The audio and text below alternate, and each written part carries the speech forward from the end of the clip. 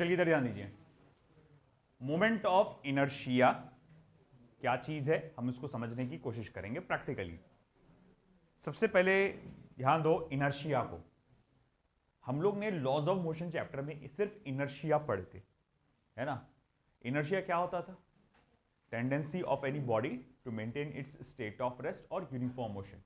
किसी बॉडी की एबिलिटी कि अपने आप को किस हद तक रेस्ट में या फिर यूनिफॉर्म मोशन में कायम रख सकता है, उसको हम लोग कहते थे उस बॉडी का इनर्शिया।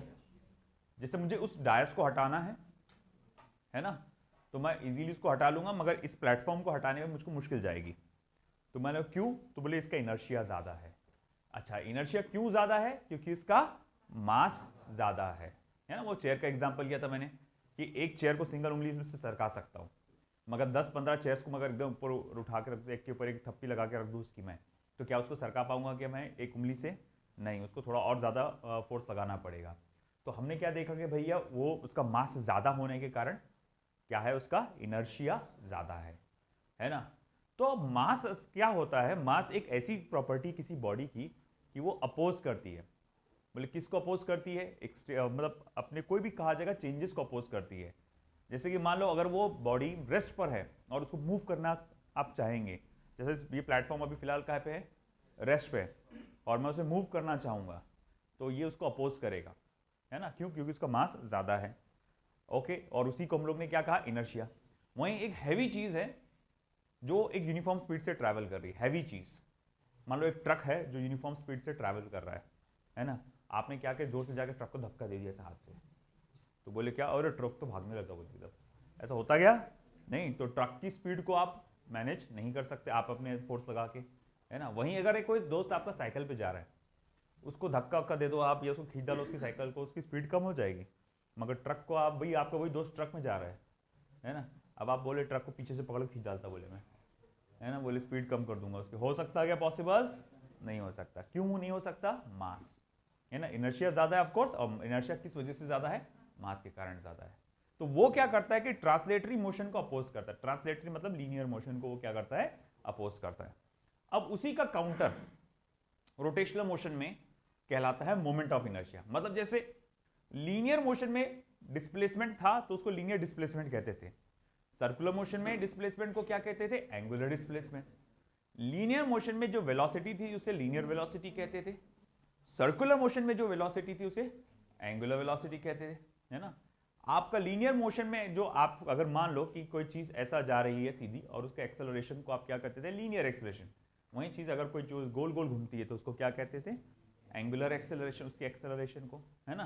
किसी चीज को सीधा आगे ले जाने के लिए आप लगाते हैं फोर्स, किसी चीज को गोल घुमाने के लिए आप लगाते हैं टॉर्क। तो वैसे ही जैसे कि लीनियर मोशन में सीधा सीधा moment of inertia, sorry, linear motion में सीधा सीधा जैसे इनर्शिया होता है, रोटेशनल मोशन में इसको हम लोग कहेंगे मोमेंट ऑफ इनर्शिया। अब इसको प्रैक्टिकली कैसे देखें? देखो भाई, यहां पर एक मैंने रेक्टेंगुलर स्ट्रिप लिया है, रबर है किसी पर छोटा सा, रबर बैंड सॉरी इरेजर छोटा वाला चलेगा ला। देखो अभी फिलहाल देखो मैं यहां पर कुछ एक्सिस ऑफ रोटेशंस मार्क करूंगा। फिलहाल मैंने ये पॉइंट मार्क किया कि जहां से मैं इसको रोटेट करने वाला हूं, फिर अगला पॉइंट कुछ यहां रहेगा और अगला पॉइंट कुछ यहां रहेगा। 1 2 3 पॉइंट्स मैं यहां पर रखने वाला हूं, ठीक है। अब देखो, अब अगर सपोज करो मैं क्या करता हूं, इसे यहां ऐसा लगाया और ओके, अब देखो मैं यहां से इसको क्या कर रहा हूं, इसको यहां से फोर्स लगाऊंगा मेरी फिंगर से, तो इसे टॉर्क लगेगा।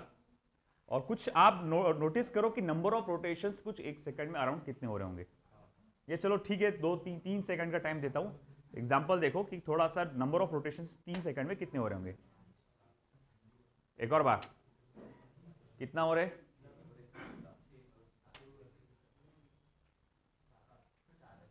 अंदाजन 7। अब मैं इसका एक्सिस ऑफ रोटेशन चेंज कर देता हूं। चलो भैया, मैंने इसका एक्सिस ऑफ रोटेशन चेंज कर दिया, अब यहां पर लेकर आ गया, है ना। अब मैं कहूंगा कि ठीक है, मैं फिर से वैसे ही टॉर्क लगाऊंगा, हटना चैन से तो आप देखो यहां से कितना, पहले से ज्यादा है कि पहले से कम है? कम है। चलो ठीक है। फिर उसके बाद अगर मैं यहां लगा दिया, और जितना पहले फोर्स लगाया था मैंने हाथ से वैसे उतना ही फोर्स लगाऊंगा मैं, एक ही हो रहा। तो आपने क्या चेंज किया, बॉडी चेंज किया क्या? सिर्फ एक चीज चेंज किया मैंने, axis of rotation. Centre of मास कहां से चेंज करूं बॉडी का, एक्सिस ऑफ रोटेशन चेंज किया मैंने। क्या चेंज किया? Axis of rotation. तो सिर्फ एक्सिस ऑफ रोटेशन चेंज करने की वजह से देखो यहां पर जब था वो, जब अराउंड मैंने इसके सेंटर उसको रोटेट किया तो मैं देखता हूं नंबर ऑफ रोटेशन काफी ज्यादा है।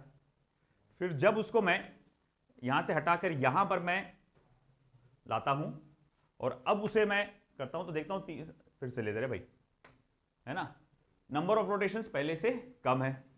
और अब अगर सपोज करो मैंने क्या किया, उसको एकदम लास्ट पार्ट पे रखा और अब मैंने उसको फोर्स लगा हुआ होना रे चलो अब हुआ ये एक वो मुश्किल से, तो आपने क्या देखा, मुश्किल से एक रिवॉल्यूशन हुआ, रोटेशन हुआ उसका, एक मुश्किल से एक रोटेशन। तो अब हमने क्या देखा कि ये अपोज कर रहा था, है ना, इसके मोशन को। क्या अपोज कर रहा था कि जब आप उसको आप बीच में रख के घुमा रहे थे तो बहुत ज्यादा रोटेशन परफॉर्म कर रहे थे, और जब उसका एक्सिस ऑफ रोटेशन आपने चेंज किया तो आपने क्या कर देखा, नंबर ऑफ रोटेशंस कम हो गए, और आप किनारे पे गए तो नंबर ऑफ रोटेशंस और कम हो गए। तो इसी आपके बिहेवियर को कि जब आप एक्सिस ऑफ रोटेशन चेंज कर रहे हैं उसके कारण आपको क्या देखने को मिल रहा है, अपोजिशन। अरे वो बंद कर, मत घुमा, मेरे को बेचैनी हो रही है ना। तो अब ऐसा है, उसके अपोजिशन को कहते हैं आपका क्या, मोमेंट ऑफ इनर्शिया। अब मोमेंट ऑफ इनर्शिया किस कारण बढ़ा? क्या मैंने इसका मास बढ़ा दिया था? क्या मैंने इसका मास बढ़ा दिया था? नहीं, मैंने इसका बढ़ाया था डिस्ट्रीब्यूशन ऑफ मास, है ना। देखो जब मैं यहां रखूंगा, जैसे जब मेरा एक्सिस ऑफ रोटेशन यहां था तो मास ज्यादा से ज्यादा दूर तक कितना फैला हुआ था, इतना। मान लो उसका लेंथ कितना है, L/2, सॉरी L है लेंथ, क्या है लेंथ, L। तो मैं बोलूंगा यहां से यहां तक कितना होगा, L/2। मान लो ये बीचों बीच है, यहां पर आया हुआ है ना, इन दोनों के बीचों बीच है ये, तो मैं बोलूंगा अच्छा यहां से यहां तक की दूरी कितनी है, तो बोले L/4। कितनी दूरी है, L/4। और यहां तक कितनी है, तो बोले थ्राइस L/4, 3/4 होगा ना ये, तो बोले थ्राइस L/4। फिर जब मैं यहां था तो बोले यहां से यहां दूरी तो चलो 0 पकड़ो ऑलमोस्ट, और फिर यहां से यहां तक की लेंथ कितनी होगी फिर L। तो मैं बोलूंगा सबसे ज्यादा फैला मास का किस कंडीशन में था, आखिरी कंडीशन में। आप देख सकते हैं ज्यादा से ज्यादा कितना दूर तक के गया मास, L डिस्टेंस तक के गया, है ना। मास कहाँ तक के गया, L डिस्टेंस तक के गया, और यहां पर सिर्फ L/2 डिस्टेंस तक के गया। तो सिर्फ आपने देखा एक्सिस ऑफ रोटेशन चेंज करने की वजह से क्या बदल गया, डिस्ट्रीब्यूशन ऑफ मास। क्या बदल गया, डिस्ट्रीब्यूशन ऑफ मास। तो इसी कारण से हम लोग कहते हैं कि यहां पर आपका जो टेंडेंसी ऑफ रोटेशन है वो बदल गई, और उसी टेंडेंसी ऑफ रोटेशन को हम लोग क्या कहते हैं, मोमेंट ऑफ इनर्शिया। आई क्या बात समझ में, है ना। अब ऐसा है, हम इसको मैथमेटिकली कैसे डिफाइन कर सकते हैं, या फिर चलो ठीक है, मैं क्या करूंगा कि चलो एक बॉडी कंसीडर करता हूं। चलो देखो ये एक बॉडी है और मैंने यहां पर लिया एक एक्सिस ऑफ रोटेशन।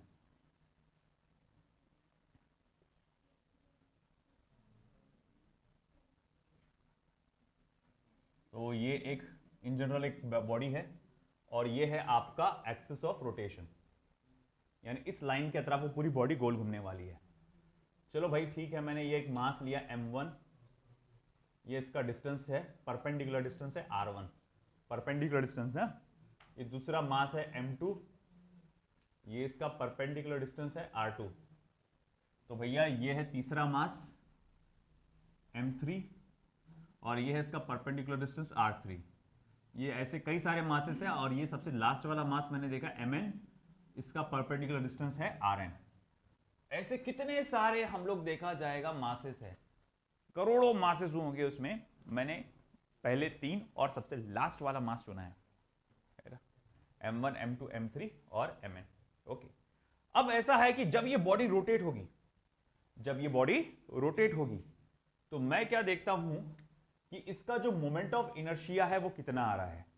तो moment of inertia of entire system, moment of inertia of entire system या एंटायर बॉडी जिसको हम लोग कहेंगे, it is equals to m1 r1 का स्क्वायर प्लस m2 r2 का स्क्वायर प्लस m3 r3 का square plus dot dot dot dot plus mn rn का square.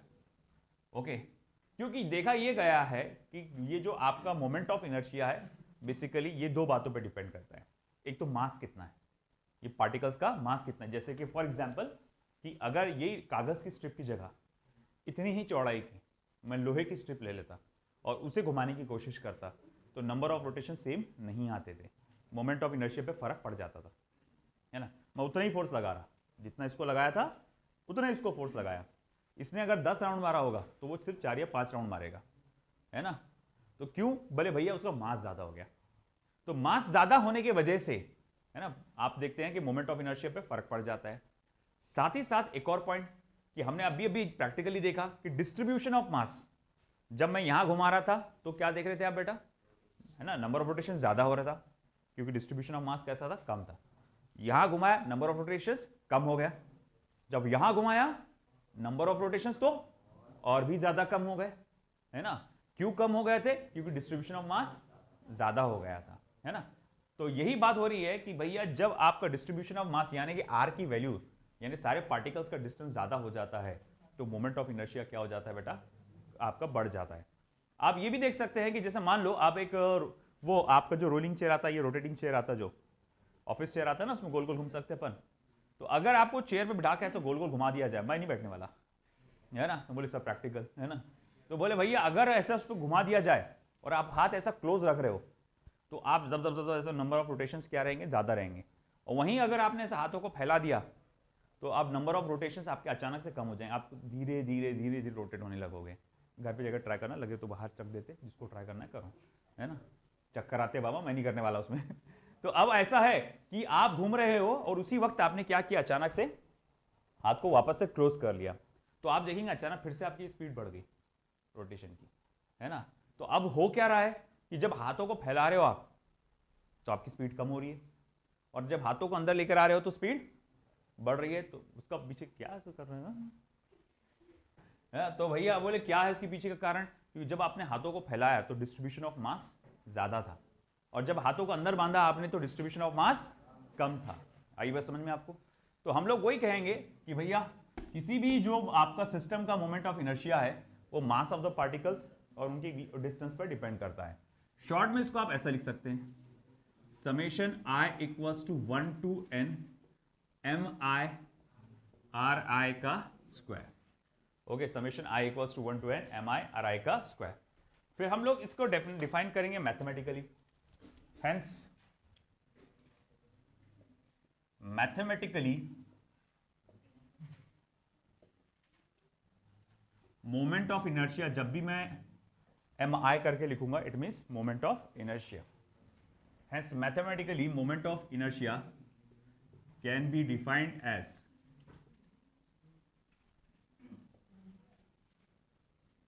कैसे डिफाइन करोगे मैथमेटिकली? तो देखो मैंने यहां क्या किया है, बोले सबसे पहले तो मैंने सबका सम किया है। किसका सम किया है? प्रोडक्ट का। किसके प्रोडक्ट का? मास of each particle and perpendicular distance from the end square of perpendicular distance from the axis of rotation. Add किया, किनको ऐड किया? प्रोडक्ट को। किसके प्रोडक्ट को? मास of each particle and square of multiplication किसका हुआ? एम का। या फिर एक काम करो, अभी थोड़ी देर से अल्फाबेट्स दो। मल्टीप्लीकेशन यहां किसका हुआ? एम का और आर स्क्वायर का। एम क्या है? हर एक पार्टिकल का मास। आर क्या है? Perpendicular distance from the axis of rotation. तो mass of each particle and square of perpendicular distance from the axis of rotation. तो मैं लिखूंगा it can be defined as the sum of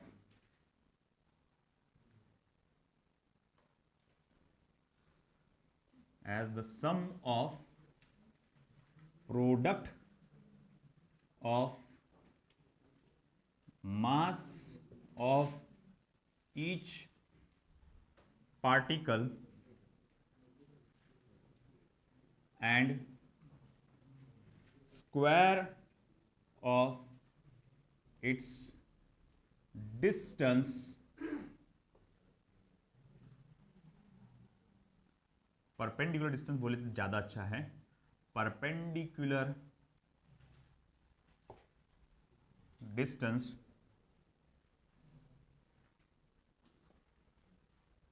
from the axis of rotation, perpendicular distance from the axis of rotation.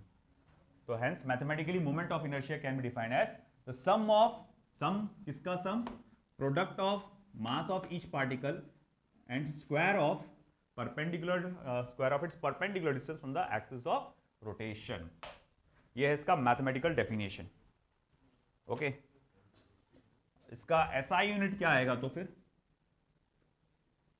तो SI unit जो आएगा इस पे से पता चल जाता है किलोग्राम मीटर स्क्वायर. डायमेंशन क्या आएगा मोमेंट ऑफ इनर्शिया का m1 L2 है ना, किलोग्राम का m1, मीटर स्क्वायर का L2.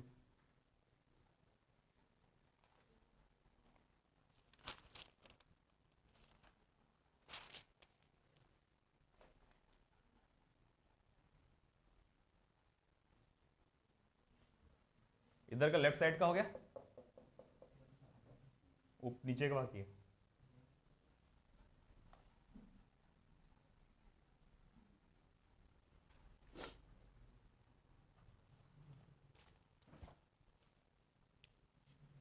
नोट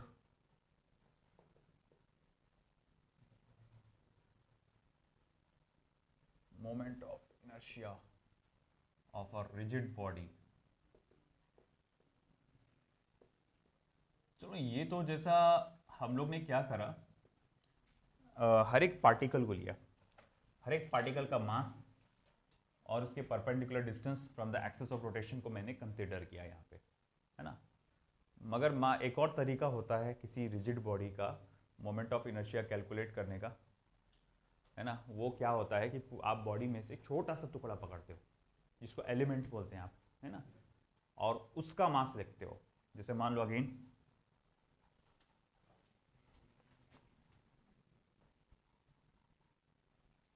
कि अगर मैं कंसीडर करता हूं कि फिर से एक ऐसी बॉडी है, ये इसका एक्सिस ऑफ रोटेशन है, मैंने एक छोटा सा एलिमेंट कंसीडर किया मास का dm और इसका परपेंडिकुलर डिस्टेंस देखा तुम एक्सिस ऑफ रोटेशन से. ओके मैं सबसे पहले देखूंगा कि सिर्फ इस एलिमेंट का मोमेंट ऑफ इनर्शिया क्या आएगा, सिर्फ इस एलिमेंट का. तो बोले यार वो दो चीज़ों पे डिपेंड करता है, मास और डिस्ट्रीब्यूशन ऑफ मास का स्क्वायर यानी r का स्क्वायर. तो बोले सिर्फ इस एलिमेंट का तो मोमेंट ऑफ इनर्शिया इतना रहेगा. फिर पूरी बॉडी का क्या आएगा, है ना, पूरी बॉडी का जो मोमेंट ऑफ इनर्शिया रहेगा तो वो रहेगा इंटीग्रेशन आप करेंगे इसका, है ना, यानी कि dm इंटू आर का स्क्वायर का आप क्या करेंगे इंटीग्रेशन करेंगे.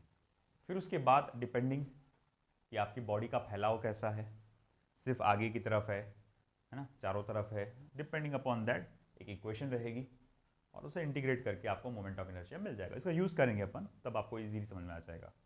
ठीक है, तो ये किसी भी रिजिड बॉडी का मोमेंट ऑफ इनर्शिया को कैलकुलेट करने का ये एक और तरीका है. ये एक तरीका है आप पार्टिकल्स को यूज़ करते हैं, पार्टिकल का मास और उसका परपेंडिकुलर डिस्टेंस देखते हैं हर एक पार्टिकल का. और एक तरीका क्या होता है, आप एक एक पार्टिकल देखने के बजाय पूरी बॉडी में से छोटा सा हिस्सा पकड़ते हैं, एक एलिमेंट जिसको हम लोग कहेंगे, उसका एक कोई ना कोई मास होगा, फिर ये फॉर्मूला लगा के आप उसका मोमेंट ऑफ इनर्शिया कैलकुलेट कर सकते हैं.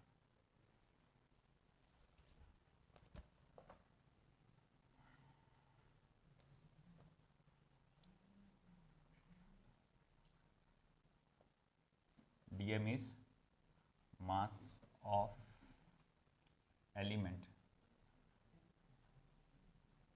and r is perpendicular distance of element from axis of rotation.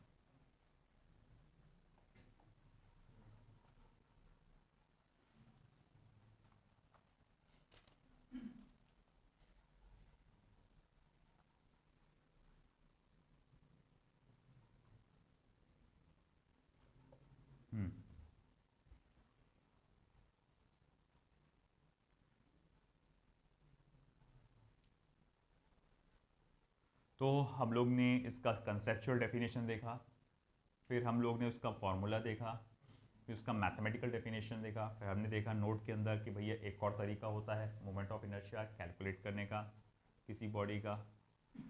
Amjad क्या हुआ, लेट क्यों आया वो?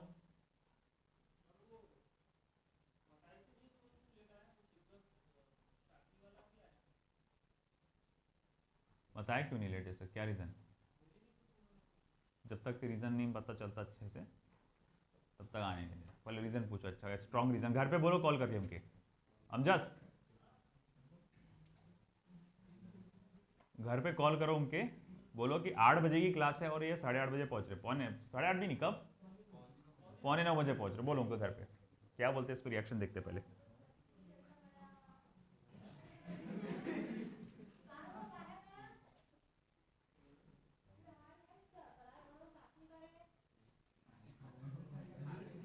चलो इधर ध्यान दो।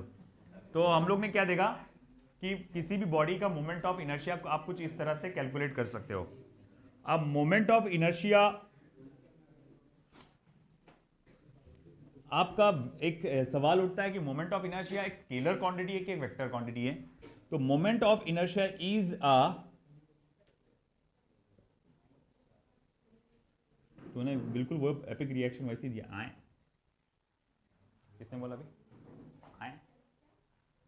Moment of inertia is a tensor quantity. अब ये कहां से जन्म लिया इसने है ना, टेंसर क्वांटिटी। टेंसर क्वांटिटी क्या आ गया बोले अब ये एरा। देखो भैया, हमको मालूम है जो डायरेक्शन पे डिपेंडेंट होता है उसे हम लोग क्या कहते हैं, वेक्टर क्वांटिटी। जो डायरेक्शन पे इंडिपेंडेंट होता है वो स्केलर क्वांटिटी। और टेंसर क्वांटिटी वो होता है कि भैया जो कभी कभी स्केलर की तरह बिहेवियर बताता है और कभी कभी वेक्टर की तरह बिहेवियर बताता है ना। तो दोनों भी पढ़ने में वो दोनों भी गेम खेलते रहता है, कभी स्केलर कभी वेक्टर। तो जिसको आप स्पेसिफिकली बोल ही नहीं पाते कि ये स्केलर है या फिर टेंसर है, ये आप स्पेसिफिकली एग्जैक्टली बोल नहीं पाते, तो उसको हम लोग कहते हैं टेंसर क्वांटिटी, है ना। ये है आपकी एक अलग कैटेगरी। बस टेंसर क्वांटिटी का डिटेल डिस्कशन आपको नहीं है, सिर्फ आपको उसका नाम आता है कि ये फलाना फलाना एक टेंसर क्वांटिटी है। 2-3 चीज़ें आएगी आपके सामने, ये स्केलर है कि वेक्टर है, तो ये टेंसर क्वांटिटी है। इसका कोई एक स्पेसिफिक डायरेक्शन नहीं होता, कभी वो स्केलर बताता नेचर अपना, तो कभी वो अपना वेक्टर का किस्म का नेचर बताता है, ठीक है।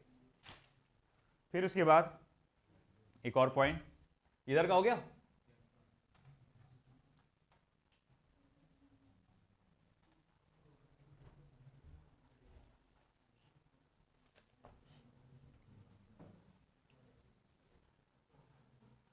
Moment of inertia depends on the factors such as mass of the body,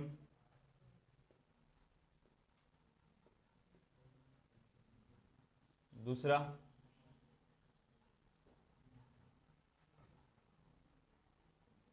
distribution of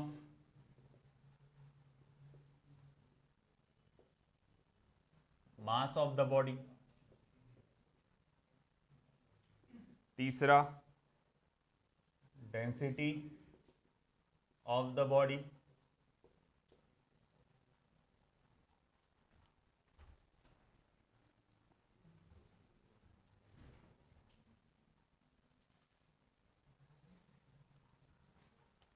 चौथा shape and size of the body, shape and size of the body, और पांचवा एक्सिस ऑफ रोटेशन, वो तो उसी से रिलेटेड है distribution से, axis of rotation of the body. तो भैया हमने क्या देखा, मोमेंट ऑफ इनर्शिया इन बातों पे डिपेंड करता है।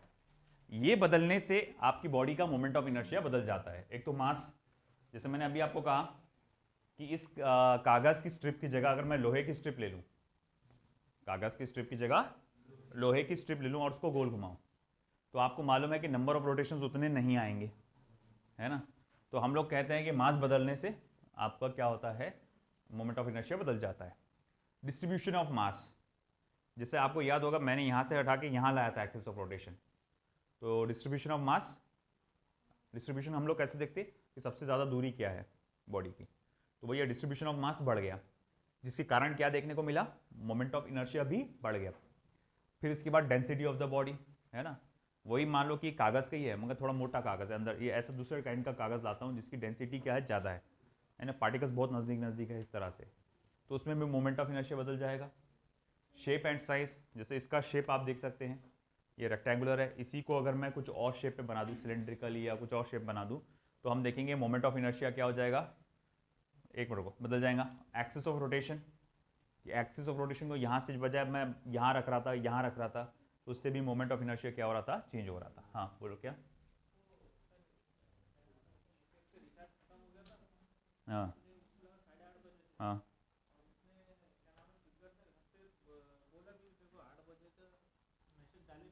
हाँ, वाह भाई वाह, वेरी गुड।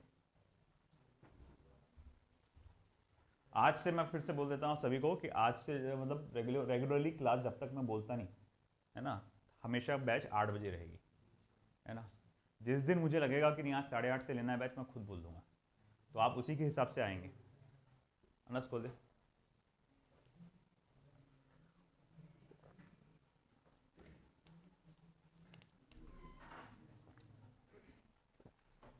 चलो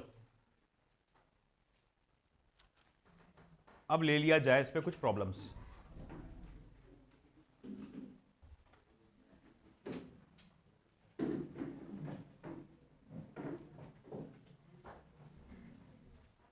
नोट हो गया लिखना सभी का।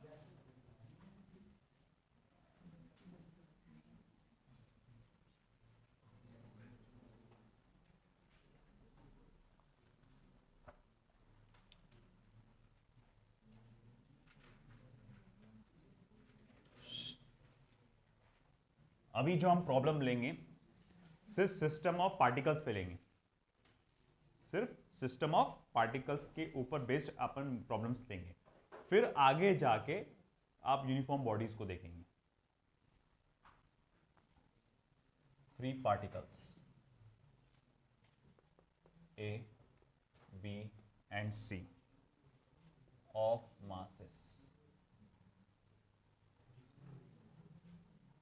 m, twice m and thrice m are placed on a straight line of length twice L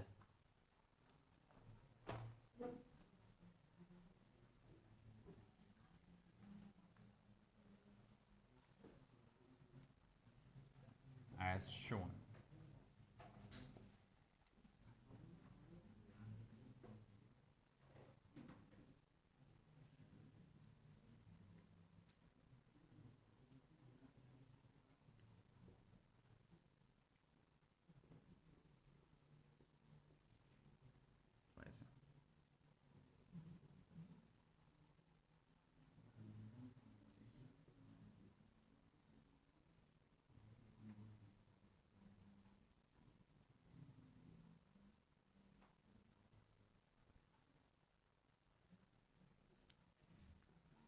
A, B and C.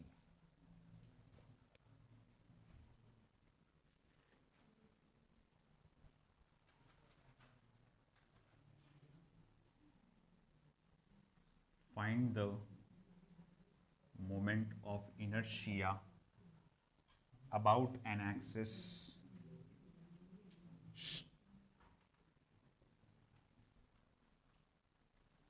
passing through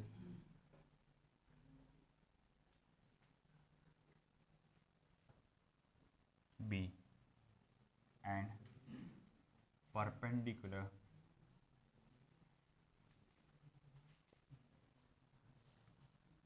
to the line AC.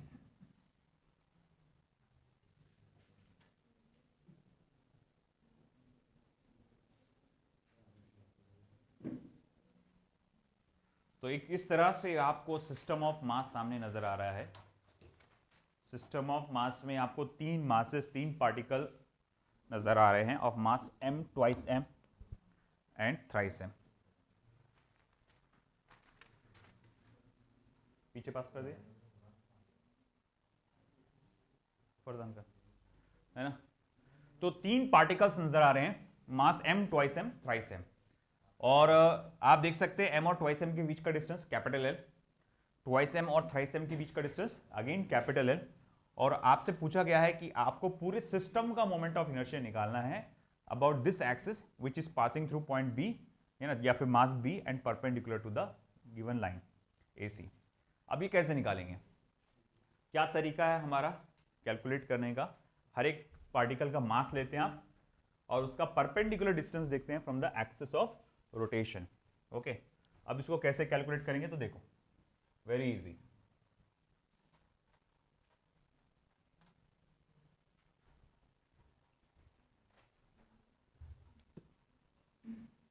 Solution, moment of inertia about of the system. इंक डाले ना इसमें, Amjad ink डाले ना, तो बोले क्या आएगा।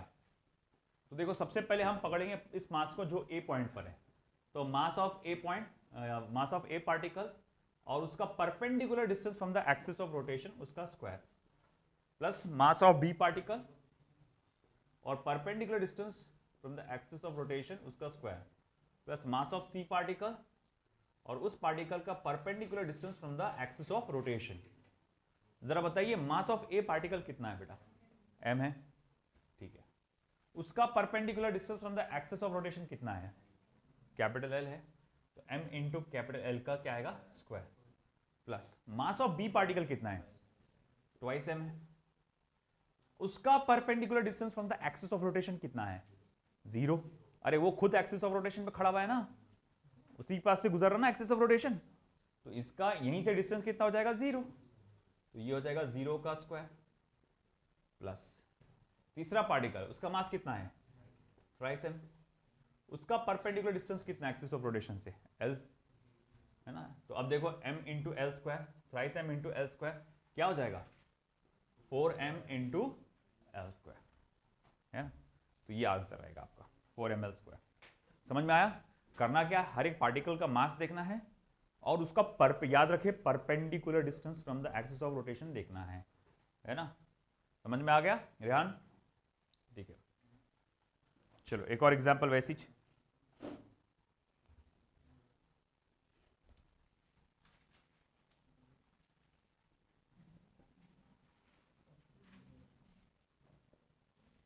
To particles of masses m and twice m are placed at separation capital L. Find the moment of inertia about an axis passing through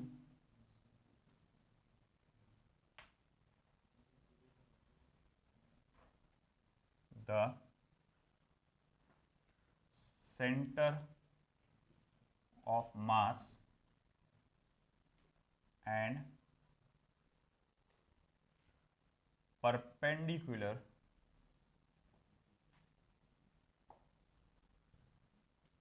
to the line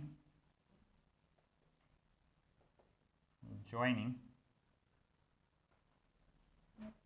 the point masses.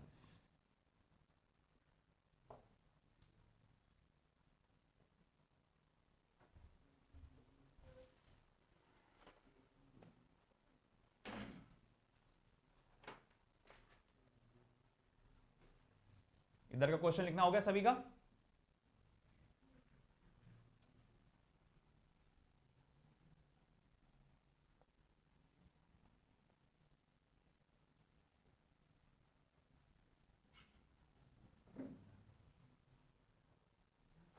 So as per the given problem, दो particle है, mass है उसका m और twice m, और उनके बीच का separation है capital L। तो सॉल्यूशन में जाऊंगा मैं, इस तरह से लिखूंगा कि दो पार्टिकल्स है, एक का मास है स्मॉल m और दूसरे का मास है ट्वाइस m, और उनके बीच का जो सेपरेशन है, उनके बीच का जो फासला है वो कितना है, कैपिटल L है। ओके, और उसने कहा है कि भैया उन दोनों पार्टिकल के सिस्टम का मोमेंट ऑफ इनर्शिया क्या आएगा, about its centre of mass, about its centre of मास। तो पहले तुमको तो क्या करना पड़ेगा, सेंटर ऑफ मास ढूंढना पड़ेगा कहां आता है, फिर उसको एक एक पार्टिकल का जो अपन लेते हैं परपेंडिकुलर डिस्टेंस वैसा निकालना पड़ेगा। बहुत आसान है, दो ही पार्टिकल का सिस्टम है तो सेंटर ऑफ मास बड़ी इजीली निकाल सकता अपना। चलो मान लो कि यहाँ कहीं सेंटर ऑफ मास आ रहा होगा पॉइंट O पर, यहाँ से लेकर यहाँ तक का डिस्टेंस आप पकड़ लो R1, और यहाँ से यहाँ तक का डिस्टेंस पकड़ लो R2, और ये वाले मास M1 पकड़ लो और ये वाले मास को M2 पकड़ लो, है ना। M1 equals to M, M2 is equals to twice M। तो देखो हम जानते हैं centre of mass can be located as R1 is equals to M2 into D upon M1 plus M2। तो बोले भैया M2 कितना है, तो बोले ट्वाइस M है, इंटू D कितना है, तो बोले कैपिटल L है, M1 प्लस M2 यानी कि M प्लस ट्वाइस M। अब ये है कि twice M into L upon thrice of M, M और M क्या हो जा रहा है, कैंसल, तो ट्वाइस L अपॉन 3, तो ये हो जा रहा R1। तो R1 की वैल्यू पता चल गई अपनी कितनी आ रही, ट्वाइस L अपॉन 3, है ना। अब अगर आपको R2 निकालना है तो आप ऐसा भी निकाल सकते हैं, L माइनस R1 करके, यहां से यहां तक L है ना, और उसमें से R1 की वैल्यू पता चल गई तुमको, ट्वाइस L अपॉन 3। गौर से देखो भाई, यहां से यहां तक कितना है, L है, तुमने सेंटर ऑफ मास का फॉर्मूला लगाए और R1 की वैल्यू ढूंढ के निकाले, और तुमने बोला कि R1 कितना आ रहा, ट्वाइस L अपॉन 3 आ रहा, है ना। तो फिर मैं कहूंगा R2 कितना होगा, एक तो आप ये फॉर्मूला लगा के सॉल्व कर लो, R2 is equals to M1D upon M1 plus M2, या फिर एक लॉजिक का इस्तेमाल कर, भाई तेरे को मालूम पड़ गया R1 कितना है, तो बोले कितना है, 2/3 है, तो आपका R2 कितना हो जाएगा, तो बोले भाई अगर ये 2/3 है तो ये 1/3 होगा, है ना। या फिर क्रॉस मल्टीप्लाई करके देख लो भाई, 3L माइनस 2L अपॉन ये L/3, है ना। तो ये इस तरह से आपका L/3 ये आपका आ गया R2। तो चलो देखो अपने को R1 पता चल गया, अपने को R2 पता चल गया, यानी सेंटर ऑफ मास दोनों मासेस से कितनी दूरी पे है वो अपने को पता चल गया। अब अपने को क्या करने का है, मोमेंट ऑफ इनर्शिया निकालना है पूरे सिस्टम का। तो बोले कैसे निकालेंगे, तो बोले M1 R1 का स्क्वायर प्लस M2 R2 का स्क्वायर। अच्छा बोले M1 कितने का है, तो बोले M है। अच्छा R1 कितना है, तो बोले ट्वाइस L/3, तो उसका स्क्वायर करो, तो ट्वाइस L/3 का स्क्वायर, प्लस M2 कितना है, तो बोले ट्वाइस M, R2 कितना है, तो बोले L/3 उसका स्क्वायर, तो फिर हो जाएगा 4ml square upon 9 plus 2ml square upon 9, है ना। 4L स्क्वायर अपॉन 9 तो 4ml square upon 9, L square upon 9 तो 2ml स्क्वायर अपॉन 9, ऐड कर 6ml स्क्वायर अपॉन 9। अब एक काम कर, 3 से दोनों को क्या कर, डिवाइड कर, तो 3 2 जा 6, 3 3 जा 9, तो क्या बचेगा भाई, 2ml square upon 3, isn't it. ये हो गया पूरा सिस्टम का moment of inertia, that's it, है ना। तो पहले सेंटर ऑफ मास ढूंढ के निकाले कहां पड़ रहा, फिर आपने ये बेसिक फॉर्मूला लगा के आपने इसको कैलकुलेट किया। चलो हो जाओ शुरू, ये वाला हो गया ना, ये वाला बाकी है कि सॉल्यूशन किसी का,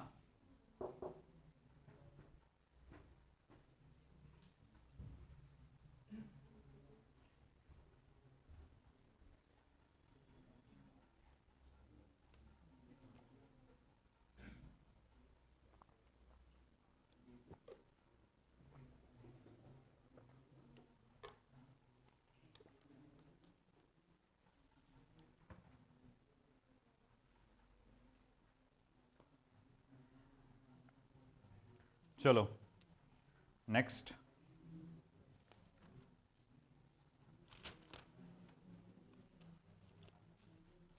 एक जबरदस्त क्वेश्चन तुम्हारे सामने आ रहा है,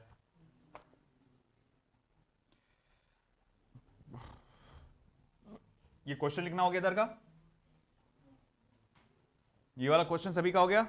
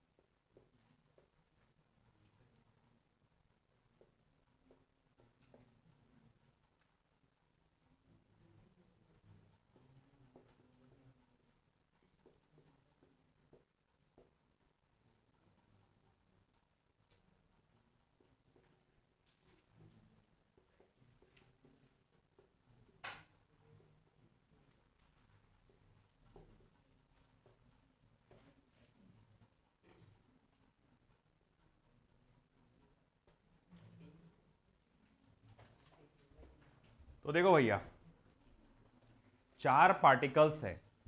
कौन कौन से 4 पार्टिकल है? 1 किलो, 2 किलो, 3 किलो, 10 किलो, है ना। तीनों को लोकेशन बताया हुआ है, कहाँ कहाँ आ रहा हो। पहला तो पार्टिकल 0,0 डायरेक्ट ओरिजिन पे कोऑर्डिनेट सिस्टम के। दूसरा पार्टिकल एक्स एक्सिस पे नजर आ रहा 2,0, और तीसरा वाला वाई एक्सिस पे नजर आ रहा 0,3, और तीसरा चौथा वाला जो है वो एक्स वाई प्लेन में है ना प्योरली एक्स पर है ना प्योरली वाई पे है। अब कैसे सॉल्व करेंगे? पहला काम तो तुम्हारा ये है कि वो जो इन्फॉर्मेशन दिया गया है उसके मदद से एक कोऑर्डिनेट एक्सिस बनाकर, कोऑर्डिनेट है ना, कार्टेशियन कोऑर्डिनेट सिस्टम बनाकर उन पॉइंट्स को लोकेट कर डालो। थोड़ा अपने को रफ आइडिया आ जाएगा कि कौन कहाँ है। तो चलो देखते हैं। तो पहला स्टेप तो मैं क्या करूँगा, जो इन्फॉर्मेशन दिया गया है उसको ग्राफ में कन्वर्ट करूँगा। देखो हमको मालूम है कि ये एक्स एक्सिस है और ये है आपका वाई एक्सिस, ये है आपका ओरिजिन। ओके, 0,0। अच्छा, पहला पार्टिकल कितने किलो का है? अरे भैया बोलो, कितने किलो का है? 1 किलो का। कहाँ है? ओरिजिन पे 0,0। तो चलो हम उसको इंडिकेट करते हैं कहीं ना। ब्लू वाला पेन किधर गया? तो ये है आपका पहला पार्टिकल जिसका मास है 1 किलो। ठीक है। दूसरा पार्टिकल 2 किलो का कहां पर है? 2,0, मतलब एक्स एक्सिस पे 2, वाई एक्सिस पे 0। मतलब हम कहेंगे कि दूसरा पार्टिकल यहां है ना, ये वाला दूसरा पार्टिकल यहां है 2,0। इसकी वैल्यू कितनी है? 2 किलो। तीसरा पार्टिकल कहां है? एक्स पे 0, वाई पे 3, यानी वाई एक्सिस पे। तो ये है तीसरा पार्टिकल। कितने वैल्यू का है वो? 3 किलो का। और ये है आपका 0,3, यानी एक्स एक्सिस पे 0 है मगर वाई एक्सिस पे इसकी वैल्यू कितनी है? 3। चौथा पार्टिकल कहां है? कितने का है वो? 10 किलो का। तो एक्स एक्सिस पे 2, वाई एक्सिस पे, सॉरी, एक्स एक्सिस पे -2 और वाई एक्सिस पे भी -2। मतलब कुछ इस तरह से आएगा वो यहां पे। ये तीसरा वाला पार्टिकल, चौथा वाला पार्टिकल जिसकी वैल्यू कितनी है? 10 किलो और -2 आएगा इसका। आ गया समझ में? अब मुझे एक बात बताओ, पूरा सिस्टम कहां रोटेट कर रहा है? किस एक्सिस की तरफ घूम रहा है? वाई एक्सिस की तरफ। क्वेश्चन पढ़ो आखिरी का, देखो, find the moment of inertia of the system about Y axis. मतलब ये पूरा का पूरा वाई एक्सिस की तरफ घूमेगा, ऐसा ऐसा घूमेगा। है ना। मान लो कि जैसे ये है इस तरह से y axis and x axis. अब वो बोल रहा है कि मोमेंट ऑफ इनर्शिया आपको y एक्सिस पे निकालना है, मतलब वो पूरा y एक्सिस के तरफ ऐसा घूमेगा गोल, है ना। तो अब अपने को क्या करने का है, हर एक का फिर वही जो है अपने को नॉमेनक्लेचर कि अपन क्या करते हैं, नाम करेंगे सबसे पहले m1 m2 m3 ऐसा बोलते हैं सबको, उनका परपेंडिकुलर डिस्टेंस देखते हैं from the axis of rotation. चलो ठीक है, तो ये जो पहला है m1, ये m2, ये m3 और ये m4। यहाँ जगह नहीं है मगर आप समझ जाओ, यहाँ चलो यहाँ लिख देता हूँ मैं, ठीक है। तो m1 जो है आपका कितना है बेटा, 1 किलोग्राम। m2 कितना है बेटा आपका, 2 किलोग्राम। m3 कितना है आपका बेटा, 3 किलोग्राम्स। और m4 कितना है आपका, 10 किलोग्राम्स। अच्छा एक बात बताओ, 1 किलो वाले का perpendicular distance from the axis of rotation कितना है, ये वाला 1 किलो यहां रखा जो 0, ऑलरेडी उसी पे जाके बैठा हुआ है वो, है ना। तो भाई पहले बोलूंगा यहां पे कि भैया वेक्टर या जस्ट r1 कितना आएगा, 0, ठीक है। 2 किलो वाले का, ये 2 किलो वाला है ना, इसका perpendicular distance from the axis of rotation कितना है, 0। ये एक्सिस ऑफ रोटेशन है, ये यहां से यहां तक का डिस्टेंस कितना है, 2 है ना। इसका 2 मीटर्स आएगा परपेंडिकुलर डिस्टेंस, तो भैया ये आएगा 2 मीटर्स, है ना। चलो तीसरे वाले का, हाँ इसका बताओ perpendicular distance from the axis of rotation कितना है, 0। वो ऑलरेडी कहां है, एक्सिस पर ही है, तो उसका डिस्टेंस क्या आ जाएगा, 0। चौथे वाले का perpendicular distance from the axis of, इधर ध्यान दे, perpendicular distance from the axis of rotation कितना आएगा, कितना, -2, ठीक है। तो अब क्या करेंगे भैया, moment of inertia of system क्या आएगा, m1 r1 का स्क्वायर प्लस m2 r2 का स्क्वायर प्लस m3 r3 का square plus dot, not dot रे, एक 4 ही तो है, m4 r4 का square.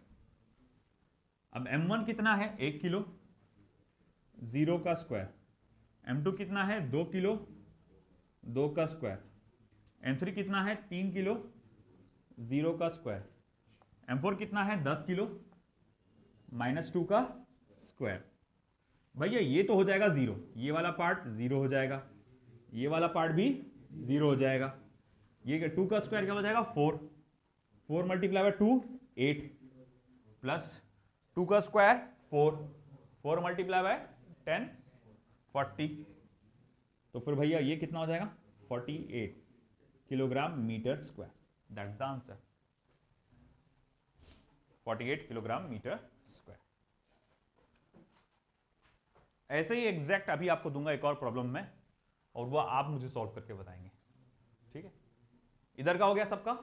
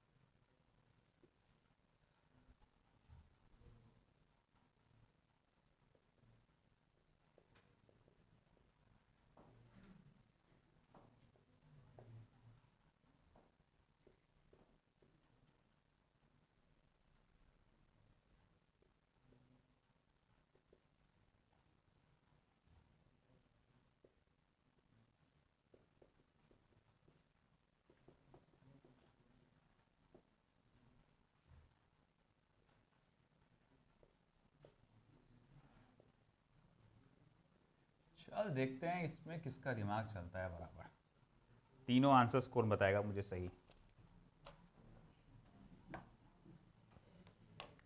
4 bodies, 4 bodies of masses 5 kilogram, 2 kilogram, 3 kilogram and 4 kilogram are respectively placed at the positions 0, 0, 2, 0, 0, 3, -2, -2। Placement तो वैसी ही है, प्लेसमेंट वैसे ही है, मासेस अलग अलग है। और इसमें सवाल थोड़ा बढ़कर आया है कि अब आपको सिर्फ y एक्सिस पे नहीं, x एक्सिस पे भी, y एक्सिस पे भी और z एक्सिस पे भी निकालना है। चलो हो जा शुरू।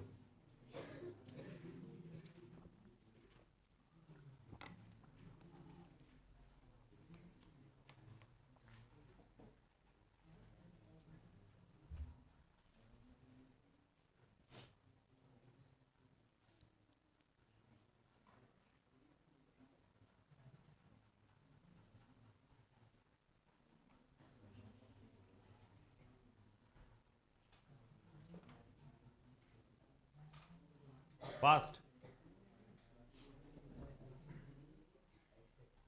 कितना आ रहा? 43, सही है, वेरी गुड। y एक्सिस पे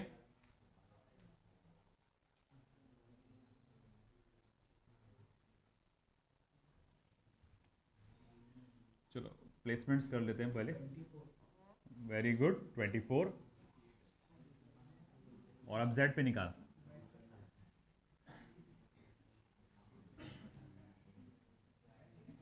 तो सबसे पहले यहां पर 5 किलो का ओरिजिन पे है 0, 0 और फिर 2 किलो का यहां पर है 40 आ रहा z एक्सिस पे 2, 0।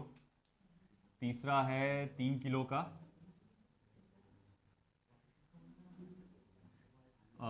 0,3 पे और चौथा है 4 किलो का -2, -2 पे।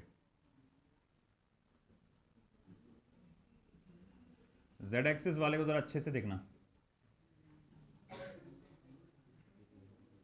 वहां गड़बड़ किया होगा।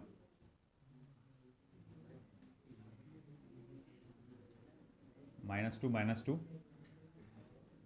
4 किलो। हाँ, तो इस बार आपको उसको x एक्सिस पे भी रोटेट करने वाले हो, y एक्सिस पे भी रोटेट करने वाले हो, और आपको एक इमेजिन करना पड़ेगा z एक्सिस ऐसा निकल रहा, उसके अतराफ भी ऐसा रोटेट करने वाले हो।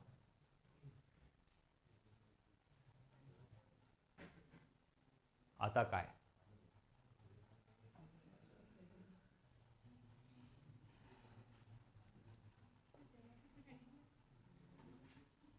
z एक्सिस पर 24 देखते हैं, 32 देखते हैं।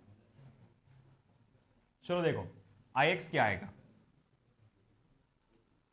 सबसे पहले अगर मैं Ix की बात करूं तो मैं इसको M1, M2, M3, M4 समझ के चलूंगा, ठीक है।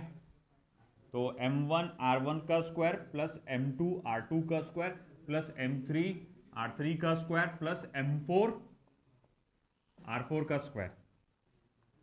M1 जैसे मैंने बोला 5 किलो वाले को मैं M1 पकड़ के चलूंगा, उसका distance from the x axis कितना है, तो बोले यार वो x पे भी 0 y पे भी 0 है, वो डायरेक्ट x एक्सिस पर ही है। तो बोले भैया उसका तो 5 किलो वाले का तो 0 ही रहेगा। अच्छा M2 यानी 2 किलो वाला, तो भैया x एक्सिस पे से उसका डिस्टेंस कितना है बेटा, वो ऑलरेडी x एक्सिस पे बैठा हुआ है ना। तो बोले भैया उसका तो डिस्टेंस क्या रहेगा 0, तो 2 किलो वाले का डिस्टेंस क्या रहेगा 0। M3, हाँ ये देखो इसको निकाल सकते हैं, इसका perpendicular distance from the x axis कितना आ रहा है 3 मीटर। तो मैं कहूंगा अच्छा ठीक है, उसकी वैल्यू कितनी है मास की 3 किलो और उसका डिस्टेंस कितना है परपेंडिकुलर डिस्टेंस 3 मीटर, तो उसका स्क्वायर प्लस M4 जो कि कितना बेटा 4 किलो और उसका परपेंडिकुलर यहीं से नजर आ रहा perpendicular distance from the axis of rotation कितना है -2 का स्क्वायर। ये तो 0 हो गया, ये भी 0 हो गया, हाँ ये 3 का स्क्वायर 9, 3 मल्टीप्लाई बाय 9 27 प्लस 4 4 जा 16, जरा बताएंगे कितना हो रहा है 43। तो 43 किलोग्राम मीटर स्क्वायर। आया समझ में, है ना। चल देखो एक्स एक्सिस का तो आ गया, अब वाई एक्सिस का निकाल। हर एक पार्टिकल का मास उसका perpendicular distance from the axis of rotation.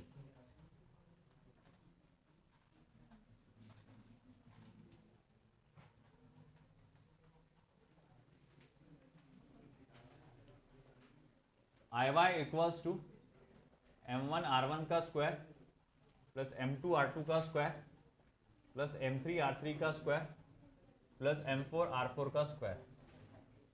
ठीक बा, देख m1 कितना है तो बोले 5 किलो। ओके, उसका डिस्टेंस y एक्सिस से कितना है तो अरे भैया वो 0 आएगा, क्योंकि x एक्सिस पे भी होगा y एक्सिस पे भी ओरिजिन पे ही है वो, तो 0 का स्क्वायर प्लस m2 मास कितना है 2 किलो, उसका perpendicular distance from the x axis कितना, सॉरी y एक्सिस से कितना है, तो देखो यहां से लेकर यहां तक का डिस्टेंस 2 मीटर, तो बोले 2 का स्क्वायर। m3 3 किलो वाला मास 3 किलो है, वो ऑलरेडी y एक्सिस पे है, तो 0 का स्क्वायर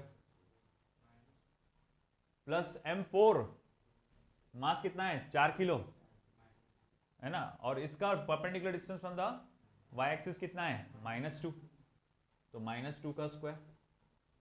ये तो 0 हो गया, ये भी 0 हो गया। 2 4 जा, ये 4 है, 2 4 जा 8, है ना, और ये कितना है अगेन 4 4 जा 16, तो कितना हो जा रहा है ये 24 किलोग्राम मीटर स्क्वायर, है ना, 24 किलोग्राम मीटर स्क्वायर। तो ये तो आ गया आपका आई वाई। अब असल है आपका आई जेड।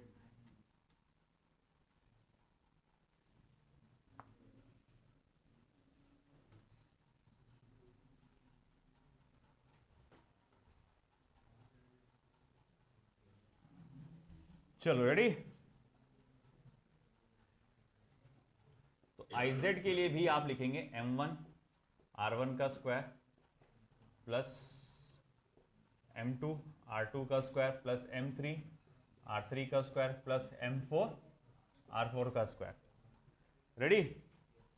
m1 क्या है 5 किलो वाला m1 है, ये साला हमेशा बोले ये z एक्सिस की भी कहां पर है ओरिजिन पे ही आ रहा है ना, तो ले दे के बेचारे का कोई रोल ही नहीं है ना मोमेंट ऑफ इनर्शिया में, क्योंकि x एक्सिस पर भी है y एक्सिस पे भी है, वो z एक्सिस पे ओरिजिन पे है ना वो, तो तीनों के कॉमन एक्सिस पे है पॉइंट पे वो। तो मैं कहूंगा चलो इसका तो टेंशन नहीं, 5 किलो 0 का स्क्वायर प्लस m2 कौन है ये m2, ये 2 किलो। जरा बताओगे इस z एक्सिस से इसकी परपेंडिकुलर डिस्टेंस कितना है 2 मीटर। देखो ना यहां से यहां तक का डिस्टेंस, आप बोलेंगे सर वो y एक्सिस से, तो बेटा z से भी है ना, z से भी उतना ही जाएगा ना, तो ऐसा देखोगे यू है कि 2 मीटर, तो भैया ये 2 किलो 2 का स्क्वायर प्लस ये 3 किलो वाला, बताओ z एक्सिस से कितनी दूरी पे है परपेंडिकुलर डिस्टेंस 3 मीटर, तो बोले ठीक है 3 किलो वाला 3 का स्क्वायर प्लस 4 किलो यही तो गड़बड़ है। परपेंडिकुलर डिस्टेंस क्या आएगा सही 2√2, आपको ये वाला डिस्टेंस लेना पड़ेगा भैया, ये परपेंडिकुलर डिस्टेंस, इसका ये डिस्टेंस लेंगे ना आप, ये तो distance x axis y axis से है, ये डिस्टेंस x एक्सिस से है, ये डिस्टेंस माना जाएगा आपका। तो बोले कैसे पाइथागोरस थ्योरम, तो बोले सर क्या आएगा पाइथागोरस थ्योरम से, तो भैया ये -2 है, ये भी -2 है, अब उसका पाइथागोरस थ्योरम लगाओ तो आ जाएगा 2√2, तो भैया ये हो जाएगा 2√2 का स्क्वायर, तो भैया ये तो हो गया 0, ये 4 2 जा 8 9 3 जा 27। अब देख 2√2 का स्क्वायर क्या होगा, नहीं 2 का स्क्वायर 4 होता है, √2 का 2 होता है, 2√2 का स्क्वायर 8 होगा, 8 मल्टीप्लाई बाय 4 32। चलो ऐड करो बताओ क्या रहा आंसर, कितना रहा 67, तो भैया ये आ जा रहा 67 किलोग्राम मीटर स्क्वायर। है ना, हाथी को निकाल दिया तुमने। हाँ वही, समझ में आया क्या?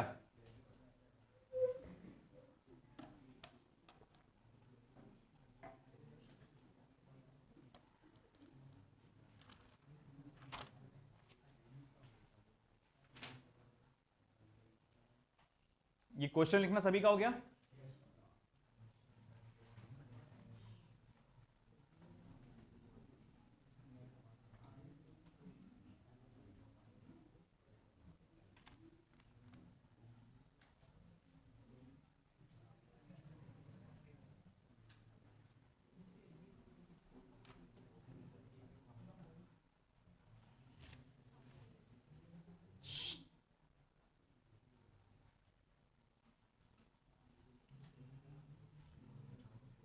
अब एक जबरदस्त क्वेश्चन आपके सामने।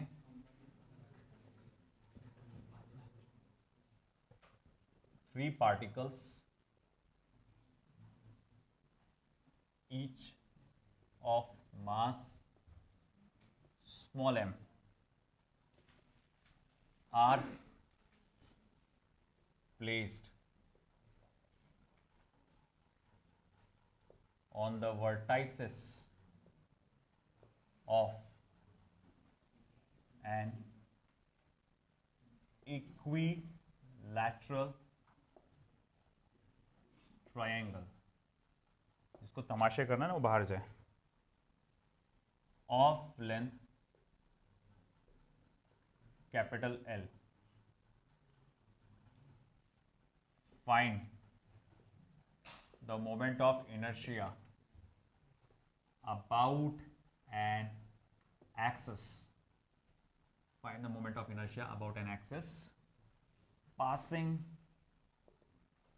through, about an axis passing through.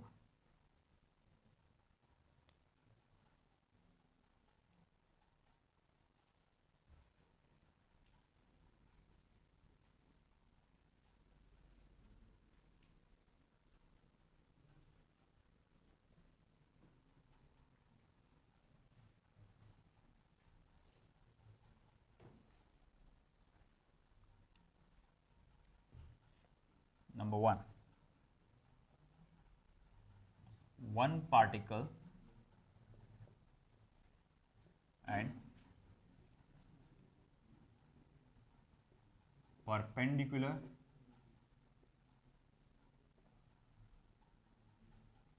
to the plane. Number 2,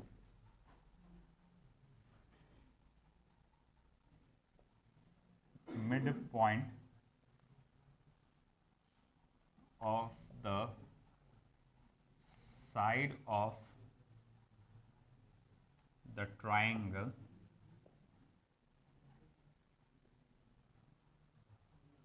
and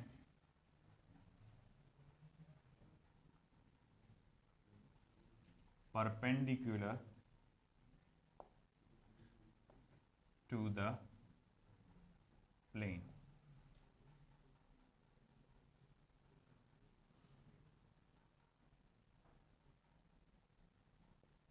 Center of triangle and perpendicular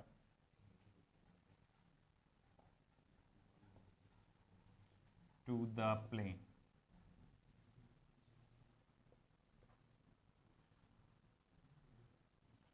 An axis coinciding with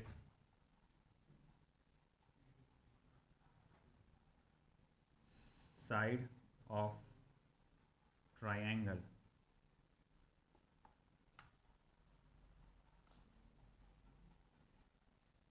about median of triangle. तो ज़्यादा नहीं, सिर्फ एक सवाल में 5 सवाल है ना। 5 चीज़ें निकालना है अपने को, 5 अलग अलग पोजीशन है एक्सिस की। है ना। ट्राइंगल की हर एक पोजीशन अपन ने ले लिए हैं। अब एग्जाम में आया तो तुमको किसी एक पोजीशन का ही चाहेगा, है ना, नीड में, मगर अपन ने क्या किया, हर एक पोजीशन ले ली ट्राइंगल की। तो अगर आया तो इनमें इंशाल्लाह इसमें से कुछ आएगा। चलो करो सॉल्व, बताओ क्या आएगा। इसके लिए ट्राइंगल का हल्का फुल्का नॉलेज इक्विलेटरल ट्राइंगल को होना चाहिए।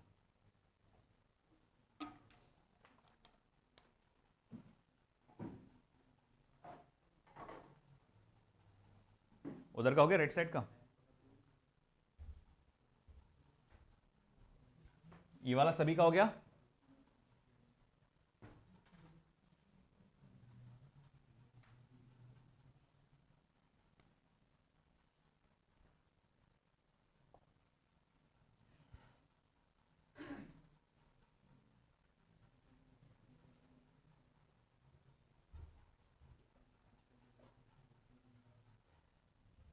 हो जाओ शुरू वन बाय वन।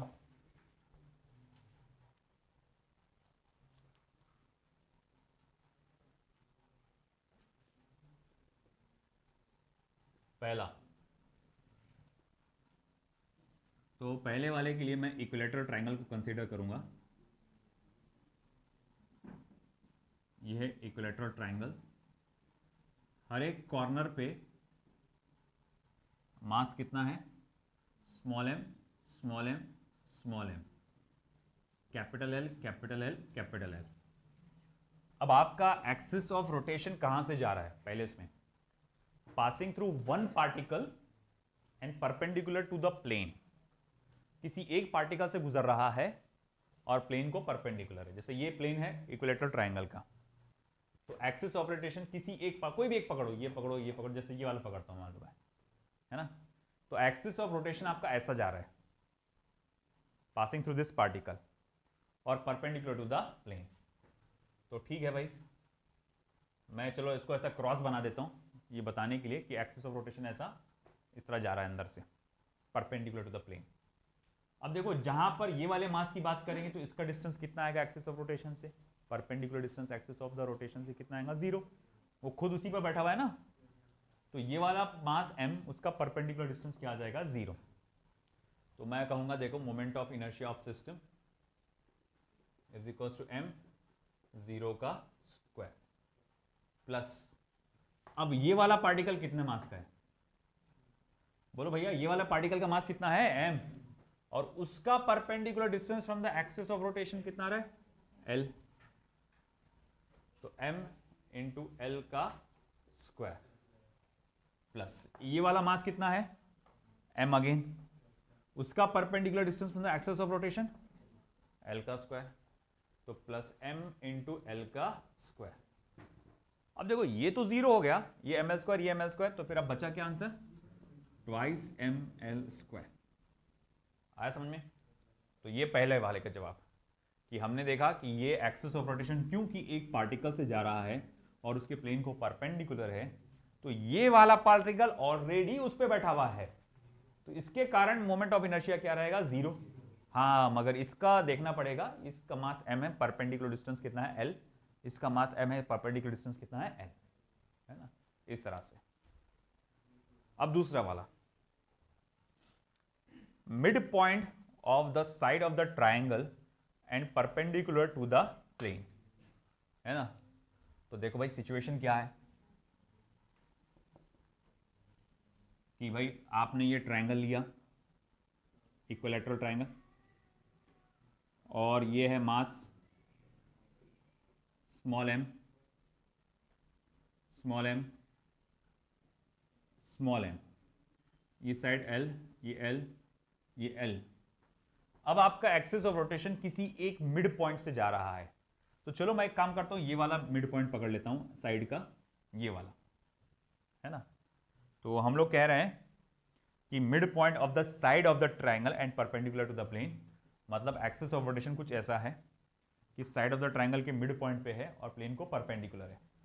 अब देखो कैसा, ये वाला डिस्टेंस तो मैं समझ में आता है कि ये कितना होगा, फिर l/2 होगा, और ये वाला डिस्टेंस कितना होगा, l/2 होगा।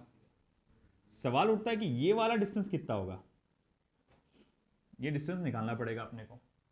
तो कैसे निकालेंगे, बहुत आसान है। ये एंगल कितना है, तो बोले 60 डिग्री। ये एंगल कितना आएगा, 90 डिग्री। ये पूरा एंगल 60 का है, मगर ये आधा एंगल कितने का आएगा, 30 डिग्री का। अच्छा, जिस साइड के तुम पीछे पड़े हो, चलो उसको नाम आर देते, या चलो वाई नाम दे देता हूं मैं इसको, है ना, वाई। तो जिस साइड के तुम पीछे पड़े हो, ये 60 डिग्री का क्या है, अपोजिट साइड है। तो मैं अगर यहां लगाऊं साइन 60, यानी कि अपोजिट साइड अपॉन हाइपोटेनियस, यानी वो हो जाएगा y बाय एल। देखो y को क्या लिख सकते हैं आप, l मल्टीप्लाई बाय साइन 60, और साइन 60 कितना होता है, √3/2, तो वो हो जाएगा √3l/2, तो वो कितना हो जाएगा, √3l/2, ये y की वैल्यू हो जाएगी। अब ऐसा है कि चलो ठीक है, moment of inertia of system क्या आएगा, एक मिनट थोड़ा सा पीछे ले लेता हूं मैं। Moment of inertia of system क्या आएगा, तो बोले भैया ये मास और ये डिस्टेंस का, जैसे अपन मैं m1 इसको पकड़ लेता हूँ थोड़ी देर के लिए, तो इसका मास m है, इसका डिस्टेंस कितना है l/2, तो l/2 का स्क्वायर, प्लस इसका मास m है और इसका डिस्टेंस l/2 का स्क्वायर, प्लस इसका मास m है और इसका डिस्टेंस कितना है बेटा y का, यानी कि वैल्यू कितना आएगा, √3l/2 का होल स्क्वायर। अब देखो कितना आ रही है, ml²/4, l का स्क्वायर l स्क्वायर 2 का square 4, plus ml²/4 plus 3ml²/4, है ना, √3 का स्क्वायर 3, l का स्क्वायर l स्क्वायर 2 का square 4।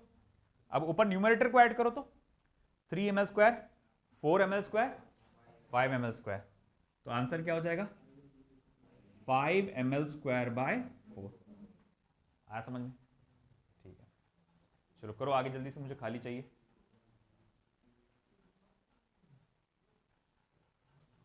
Centre of the triangle, अगला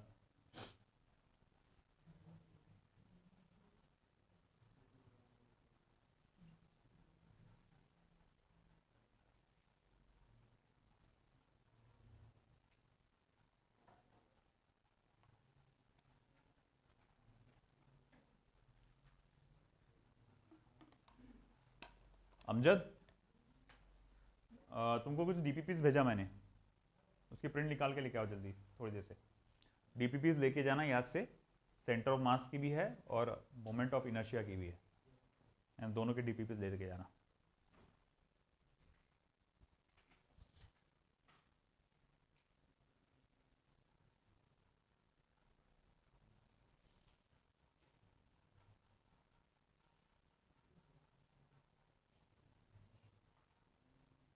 चलो फटाफट, तीसरा हुआ क्या, सॉरी फर्स्ट वाला हो गया आपका सॉल्व करना, मिटा रहा मैं इसलिए बोला। अब जो तीसरे नंबर का है उसमें क्या बताया हुआ है कि एक्सिस ऑफ रोटेशन कहां से गुजर रहा है,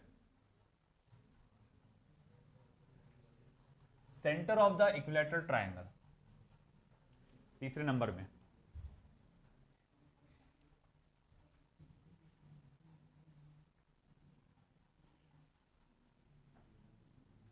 देखो भैया,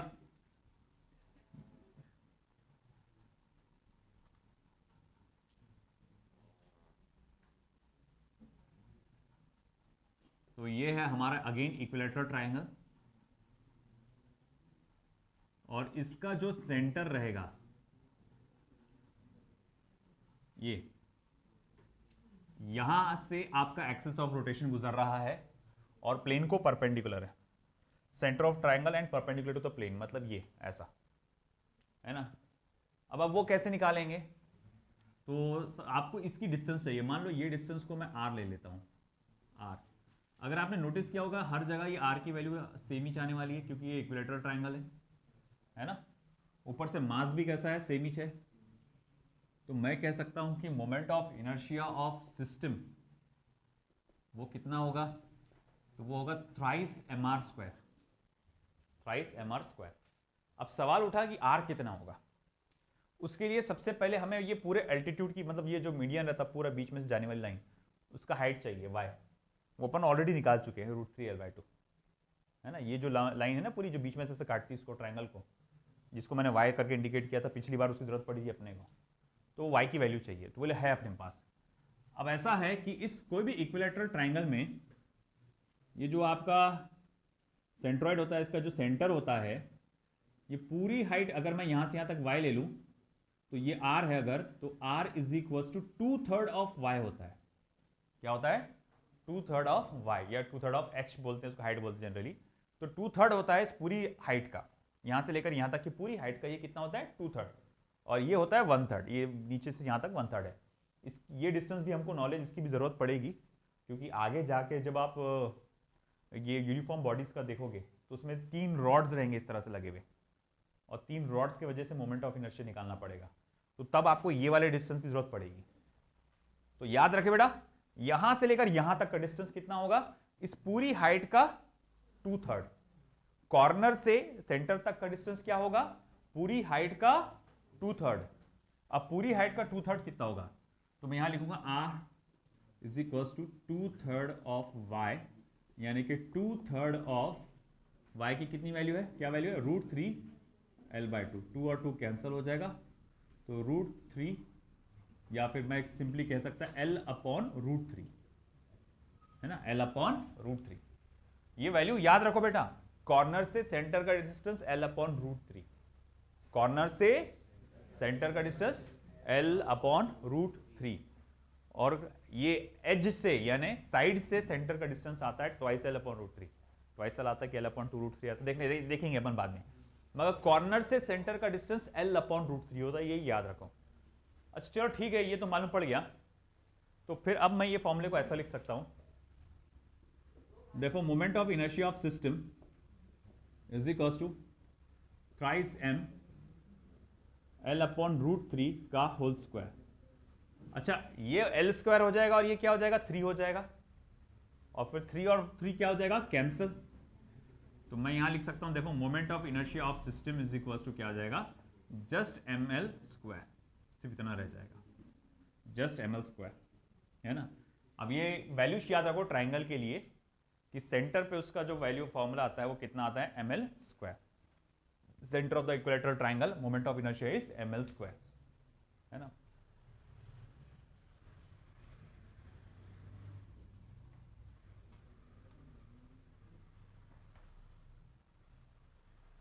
चौथा, an axis coinciding with the side of triangle. आसान है ये वाला।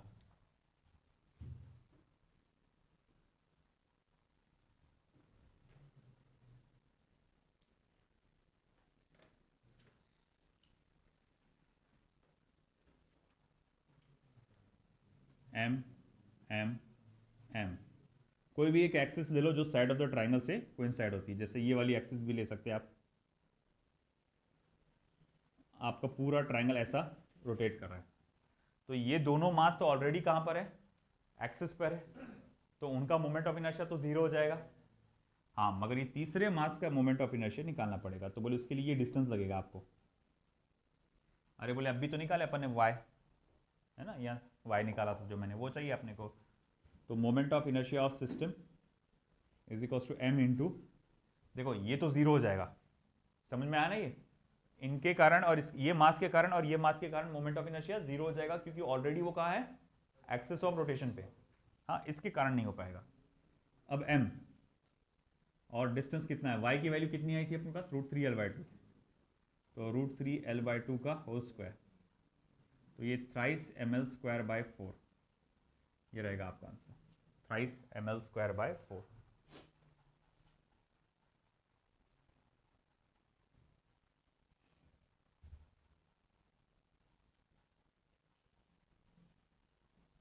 Fifth, meridian of a triangle, median, sorry, not median, median of a triangle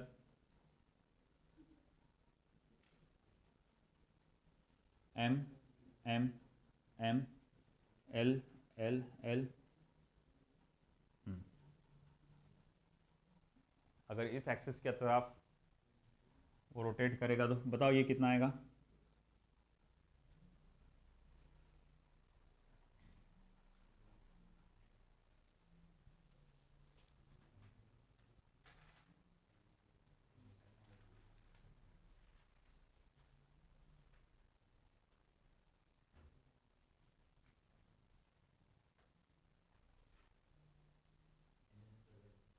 ml²/2। देखो अभी अच्छे से, बहुत आसान है। ये मास एक्सिस पे है तो उसका मोमेंट ऑफ इनर्शिया 0। ये मास m और यहां से लेकर यहां तक का डिस्टेंस कितना आएगा, L/2। तो मैं कहूंगा भैया ठीक है, यहां से यहां तक का डिस्टेंस L/2 है, तो वो हो जाएगा m L/2 का होल स्क्वायर प्लस ये वाला मास कितना है m, और यहां से लेकर यहां तक का डिस्टेंस कितना आ गया, L/2 का whole square.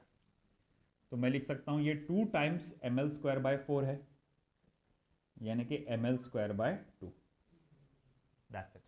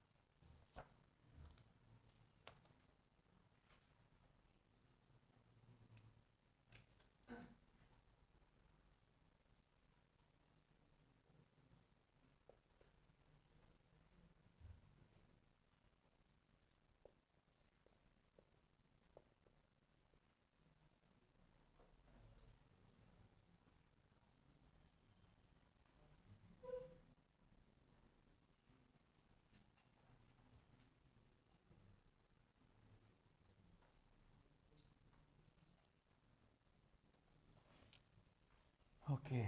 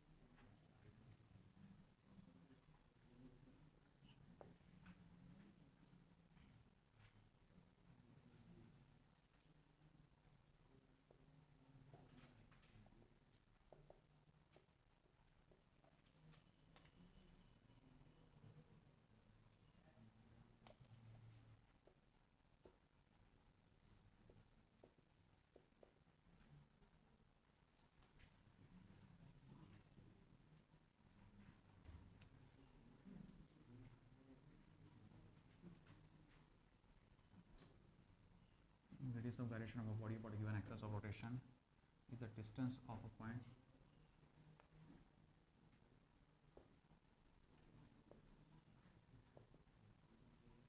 entire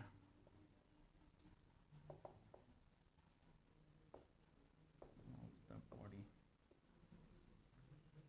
can be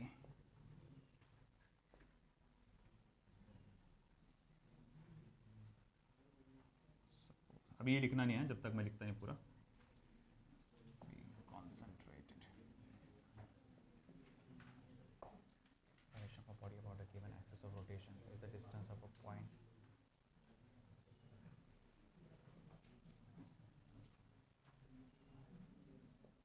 at which entire mass of the body can be supposed concentrated so as to give same moment of inertia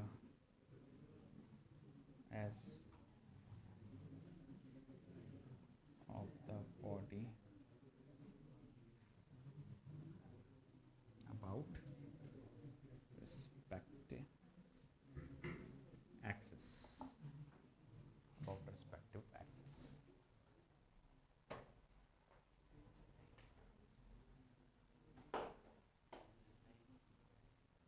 अब लिख लो, इधर का हो गया राइट साइड का,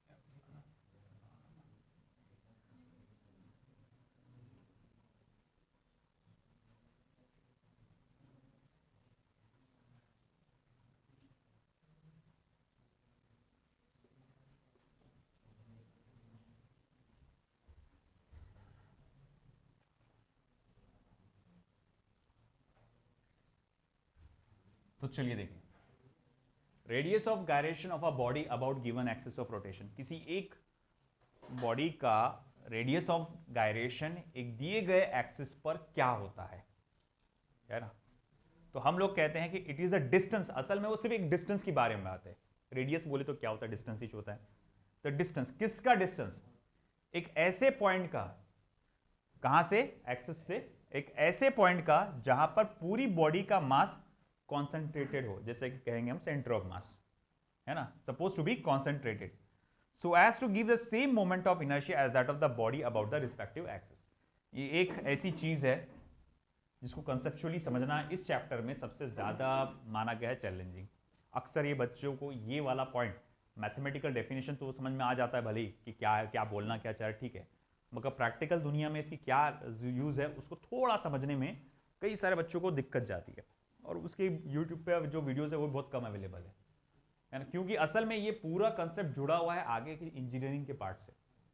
मैकेनिकल इंजीनियरिंग में इसका बहुत यूज होता है, सिविल इंजीनियरिंग में भी इसका बहुत यूज होता है ना, एरोनॉटिकल इंजीनियरिंग में भी इसका बहुत यूज होता है। अब वो सब कैसा है हम लोग देखेंगे थोड़ी देर से, मगर अभी फिलहाल इस चीज को समझने के लिए हम एक बॉडी को कंसीडर करते हैं। Consider a body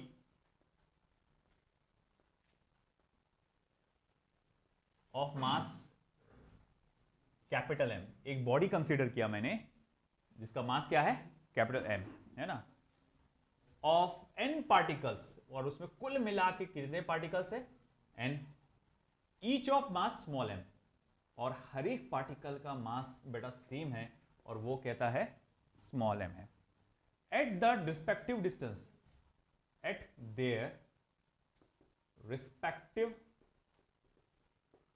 perpendicular distance r1, r2, r3 dot dot dot dot dot are है। तो हम लोग ने क्या कंसीडर किया, एक पूरी बॉडी कंसीडर किया जिसका मास कैपिटल एम है, उसमें कुल मिला के कितने पार्टिकल्स हैं, एन पार्टिकल्स है, और हमने कहा हर एक पार्टिकल का मास कितना है, स्मॉल एम है, और हर एक पार्टिकल का डिस्टेंस मैंने बता दिया, मान लो एक पार्टिकल का r1, दूसरे का r2, तीसरे का r3, और ऐसे करते करते करते आ रहे हैं, ठीक है।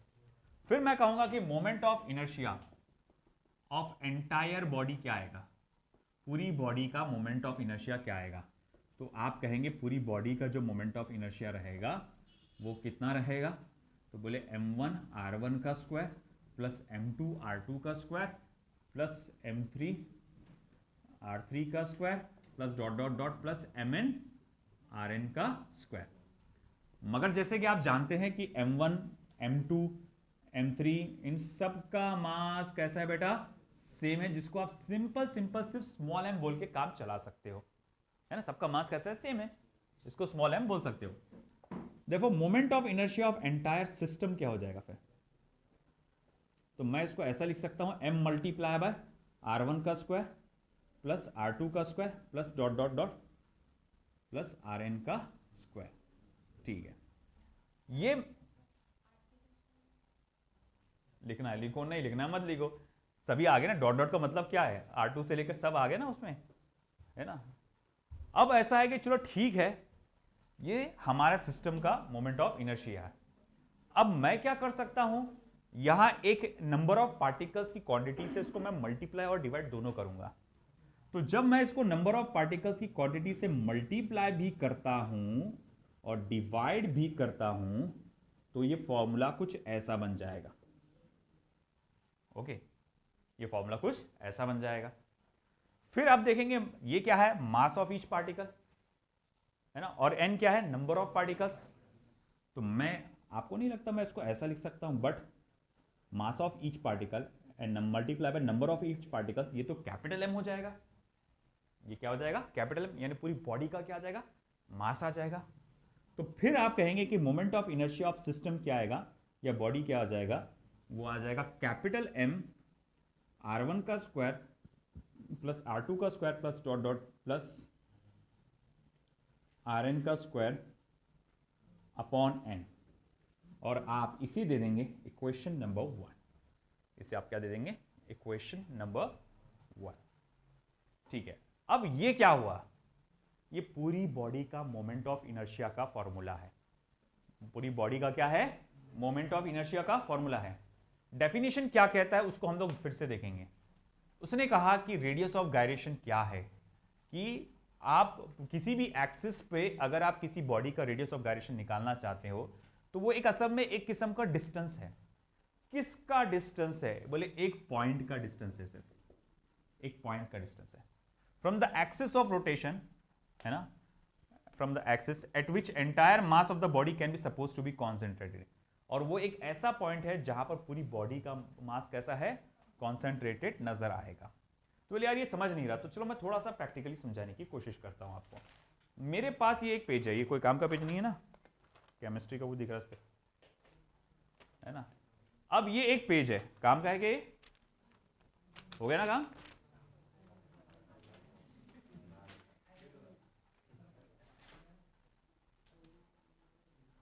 ग्यारह 2023 पुराना नहीं है। तो अब देखो भैया, देखो आपको ये शीट नजर आ रही है। अब ये शीट को किसी एक्सिस पे मैं रोटेट करूंगा, किसी भी एक्सिस पे रोटेट करूंगा, और जब उस एक्सिस पे रोटेट करूंगा तो मोमेंट ऑफ इनर्शिया मान लो कुछ तो भी एक आई करके वैल्यू आ रही है ना। ये पूरी बॉडी की मोमेंट ऑफ इनर्शिया है, और वो कितनी आ रही है, कैपिटल आई करके कुछ समथिंग वैल्यू है, ठीक है। अब मैं क्या करूंगा, पूरी बॉडी को रोटेट करने के बजाय, पूरी बॉडी को रोटेट करने के बजाय इस पूरी बॉडी को कंप्रेस कर दूंगा एक छोटे से पॉइंट में। पूरी बॉडी को मैंने कंप्रेस कर दिया एक छोटे से पॉइंट में, और वो एकदम छोटा सा पॉइंट बन गया मान लो, है ना। तो अब ये छोटा सा पॉइंट बन गया, नहीं बन पाया छोटा एकदम, मगर जितना भी है उतना काफी है। और अब मैं क्या करूंगा, मैं उसको अलग अलग डिस्टेंस पे इसको ऐसा रोटेट करके देखूंगा, और मैं चाहूंगा कि मुझे सेम मोमेंट ऑफ इनर्शिया मिले। मुझे क्या मिले, सेम मोमेंट ऑफ इनर्शिया मिले। तो आप अलग अलग डिस्टेंस पे कैलकुलेट करके देखेंगे, अरे ये नहीं, अरे ये भी नहीं जम रहा, अरे ये भी नहीं जम रहा, है ना। अब ऐसा है कि आप अलग अलग डिस्टेंस पे कैलकुलेट करेंगे, फिर आपको एक पर्टिकुलर डिस्टेंस मिलेगा। चलो उस डिस्टेंस का नाम दे देते हैं कैपिटल के। क्या नाम देते हैं, कैपिटल के। इस डिस्टेंस पे खासियत ये रही कि मुझे सेम मोमेंट ऑफ इनर्शिया मिल रहा है जो इससे पहले इस पूरी बॉडी का मिला था, है ना, इस पूरी बॉडी का मिला था। तो हम कहेंगे अच्छा ये इसका कैपिटल के जो है ये इसका रेडियस ऑफ गायरेशन है। फिर से बताता हूं मैं क्या है, कंसेप्ट क्या यूज किया वो सब बताऊंगा मैं, अभी थोड़ा ध्यान दो 2 मिनट के लिए। रेडियस ऑफ गायरेशन क्या हो रहा है कि हमने क्या देखे, हमारे पास एक बॉडी थी, उसको कोई तो भी एक एक्सिस पर आपने रोटेट किए और आपको मोमेंट ऑफ इनर्शिया मिला। क्या मिला, मोमेंट ऑफ इनर्शिया मिला, ठीक है। अब ऐसा है कि मोमेंट ऑफ इनर्शिया तो मिल तो गया, फिर मैंने क्या करा, उस बॉडी को पूरा ऐसा कंप्रेस किया, है ना। और ये पूरी बॉडी का मास है, ये पूरी बॉडी का मास है। और हम कहेंगे कि चलो ठीक है, अब मैं उसको एक पर्टिकुलर डिस्टेंस पे गोल गोल घुमा रहा हूं, है ना, और मैं चाहता हूं कि मुझे सेम मोमेंट ऑफ इनर्शिया मिले। क्या मिले, सेम मोमेंट ऑफ इनर्शिया मिले जो अभी थोड़ी देर पहले पूरी बॉडी से मिल रहा था। तो हम कहेंगे एक पर्टिकुलर डिस्टेंस मिला है मुझे, क्योंकि अलग अलग डिस्टेंस पे मोमेंट ऑफ इनर्शिया अलग अलग रहेगा। तो मुझे एक खास डिस्टेंस मिला है, उस डिस्टेंस पे गोल घुमाने के वजह से मेरे को क्या मिल रहा है, सेम मोमेंट ऑफ इनर्शिया मिल रहा है। उस डिस्टेंस का नाम दे दूंगा मैं रेडियस ऑफ गायरेशन। सवाल उठता है इतने तमाशे काय को, और उसको कंप्रेस कर रहे, पॉइंट कर रहे हैं ना, क्योंकि बेटा देखो क्या होता है, ये बहुत जगह इसका यूज है मैकेनिक्स में। जैसे मान लो इससे पहले जब गाड़ियां हुआ करती थी तो गाड़ियों के जो चक्के हुआ करते थे, व्हील्स, है ना, तो पूरा एक डिस्क हुआ करता था उसका, चक्के जो है पूरा डिस्क हुआ करता था। डिस्क जो आपके जो व्हील आता है ना, रिम, जिसको हम लोग क्या बोलते हैं, कोई साइकिल की व्हील रिम बोलते हैं उसको, है ना, गाड़ियों का भी अलॉय व्हील जो उसके अंदर वो लगा रहता। तुमने कभी नोटिस किया पूरा डिस्क नहीं रहता, उसको स्पोक्स रहते बस, है ना। तो बोले ऐसा है कि हम चाहते हैं कि भैया एक ऐसी गाड़ी डिजाइन करे, है ना, जिसको मैं इतना एक्सेलरेट करूं तो चक्के इतने रोटेशंस मारे पर सेकेंड, है ना। तो पहले जमाने में उसके लिए डिस्क का इस्तेमाल किया जाता था। ओके, मगर पता ये चला डिस्क का यूज करने से बहुत ज्यादा नुकसान भी है ना, वो ज्यादा फायदेमंद नहीं है। तो फिर बोले हमको क्या करना है कि भैया उस डिस्क के जगह एक ऐसा कुछ तो भी सिस्टम बनाना है जो इस तरह से रहे, एक रिंग की तरह रहे, है ना, रिंग की तरह रहे। मगर हम चाहते हैं कि भैया ये जो रिंग का सिस्टम है या रिंग का जो इफेक्ट है ये बिल्कुल उस डिस्क की तरह ही रहे, इसके डिस्क की तरह ही रहे। तो मैं बोलूंगा अच्छा, मैंने जो डिस्क बनाया था उसका रेडियस पहले कैपिटल आर था, और मैं चाहता हूं कि अब जो मैं रिंग बनाऊं वो सेम इफेक्ट दे जितना ये डिस्क का इफेक्ट है। तो मुझे इस रिंग का रेडियस क्या रखना पड़ेगा, ये क्या रखना पड़ेगा रेडियस, ये हमें पता चला था रेडियस ऑफ गायरेशन से, है ना। रेडियस ऑफ गायरेशन असल में हमें डिस्ट्रीब्यूशन ऑफ मास बताता है कि इस बॉडी में मास कहां कहां तक दूर दूर तक फैला हुआ है। जैसे फॉर एग्जाम्पल, अभी एक चीज आप नहीं जानते, किसी रिंग को अगर मैं उसके सेंटर ऑफ मास से गोल गोल घुमाऊं, मान लो कोई एक रिंग है उसको मैं ऐसा गोल गोल घुमा रहा हूं सेंटर ऑफ मास से, समझ रहा ना आपको कैसे घुमा रहा हूं उसको मैं, कि जैसे अगर मान लो कि थोड़ी देर के लिए एक रिंग का शेप है ना, और मैं उसको ऐसा रोटेट कर रहा हूं, है ना, एक्सिस ऑफ रोटेशन ऐसा जा रहा सेंटर ऑफ मास से, है ना, और हम लोग देखेंगे इस तरह से ये गोल गोल घूम रहा है। तो अब ऐसा है कि जब मैं इस रिंग को इस सेंटर ऑफ मास से गोल गोल घुमा रहा हूं, तब मोमेंट ऑफ इनर्शिया का फॉर्मूला आता है mr²। ये कैसे आता, अभी आप आगे जाके देखेंगे अगले लेक्चर में। तो मोमेंट ऑफ इनर्शिया का फॉर्मूला आता है mr²। ये समझ में आया आपको, मोमेंट ऑफ इनर्शिया का फॉर्मूला आएगा mr²। थोड़ी देर में आपको पता चलेगा कि रेडियस ऑफ गायरेशन का फॉर्मूला होता है √I/m। रेडियस ऑफ गायरेशन का फॉर्मूला क्या होता है, √I/m। तो चलो अब एक काम करूंगा मैं, इसमें यहां डिवाइड करूंगा, तो k इज इक्वल्स टू ये हो जाएगा mr² अपॉन m और m क्या हो गया cancel, √r², k equals to r, क्या आ जाएगा, k इक्वल्स टू r।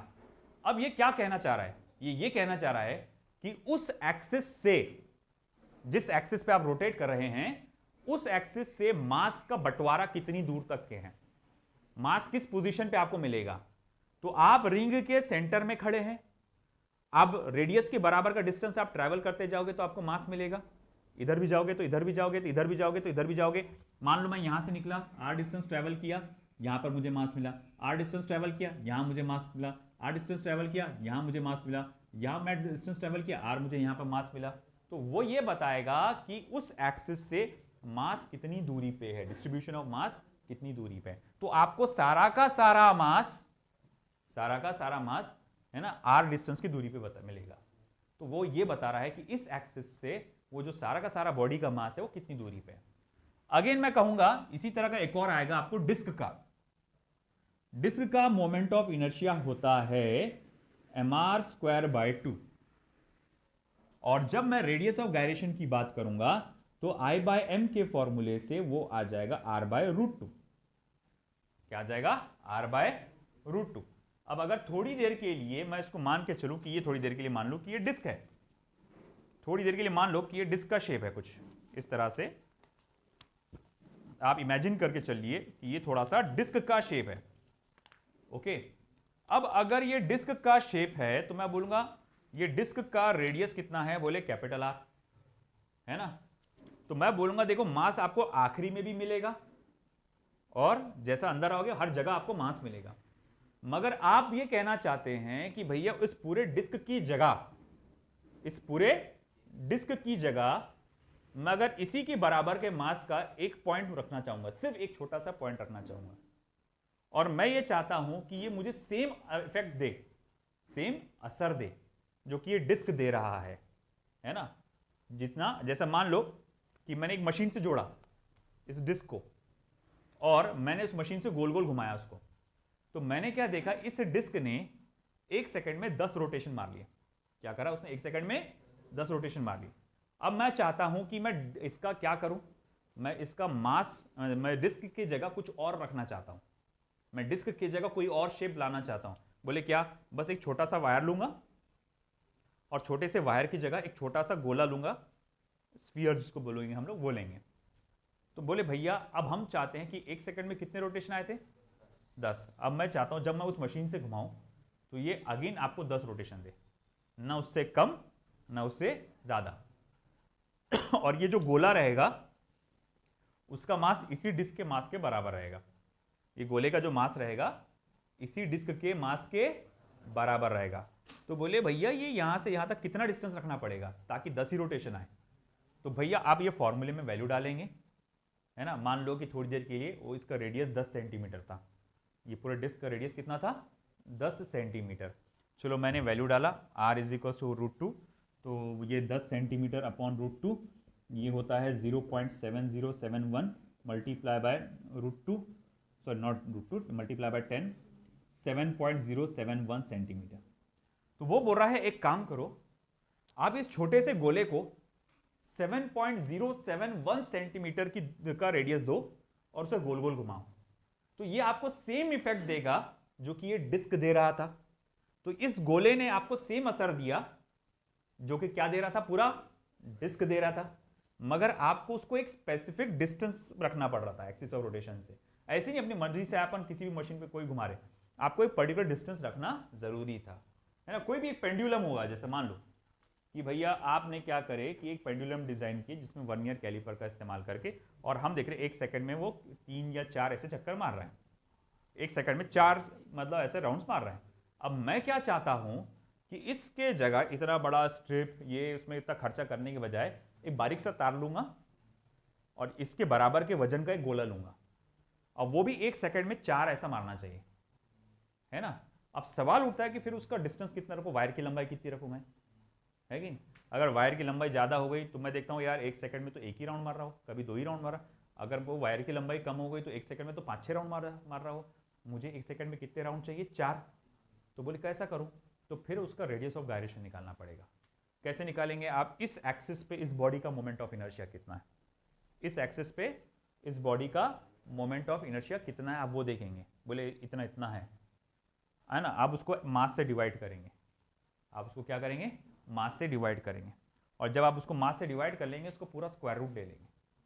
तो स्क्वायर रूट लेने पे भैया वो जो भी वैल्यू आएगी वो उसको क्या कहेंगे आप, रेडियस ऑफ गायरेशन, है ना, उसको कहते हैं रेडियस ऑफ गायरेशन। और उसका मैं प्रैक्टिकल बताऊंगा, पहले अपन थोड़ा सा कुछ लिख लेंगे। इधर का हो गया।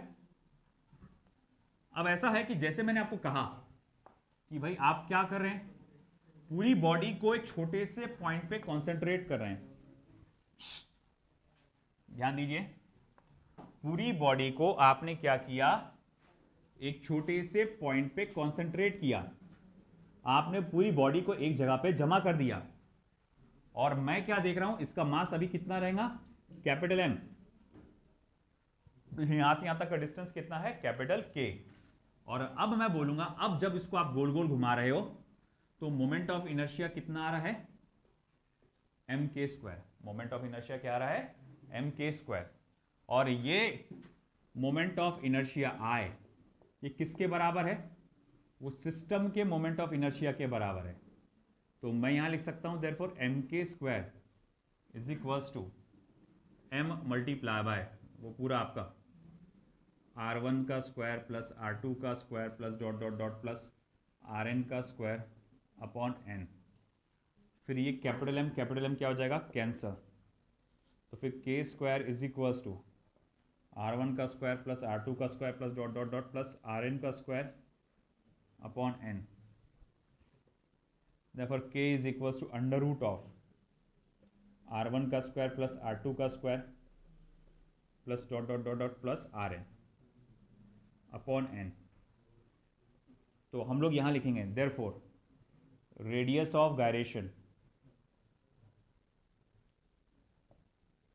therefore radius of gyration is equal to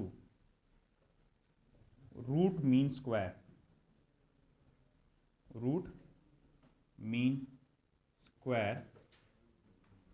of distance of particles of the given body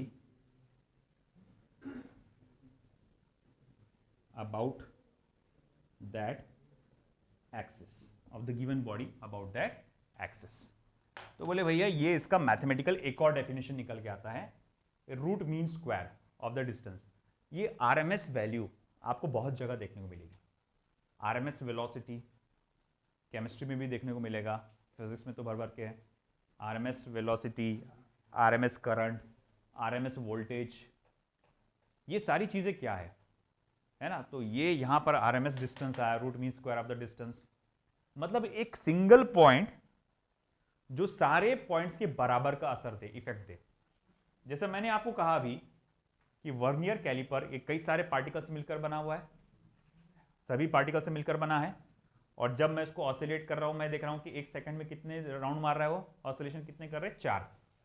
अब मैं इतने सारे करोड़ों पार्टिकल से मिलकर बना हुआ है, अब उसके जगह मैं सिर्फ एक पार्टिकल रखने वाला हूं, उसकी जगह सिर्फ एक पार्टिकल रखने वाला हूं, और ये सिंगल पार्टिकल पूरी बॉडी के बराबर का मुझे इफेक्ट दे, है ना।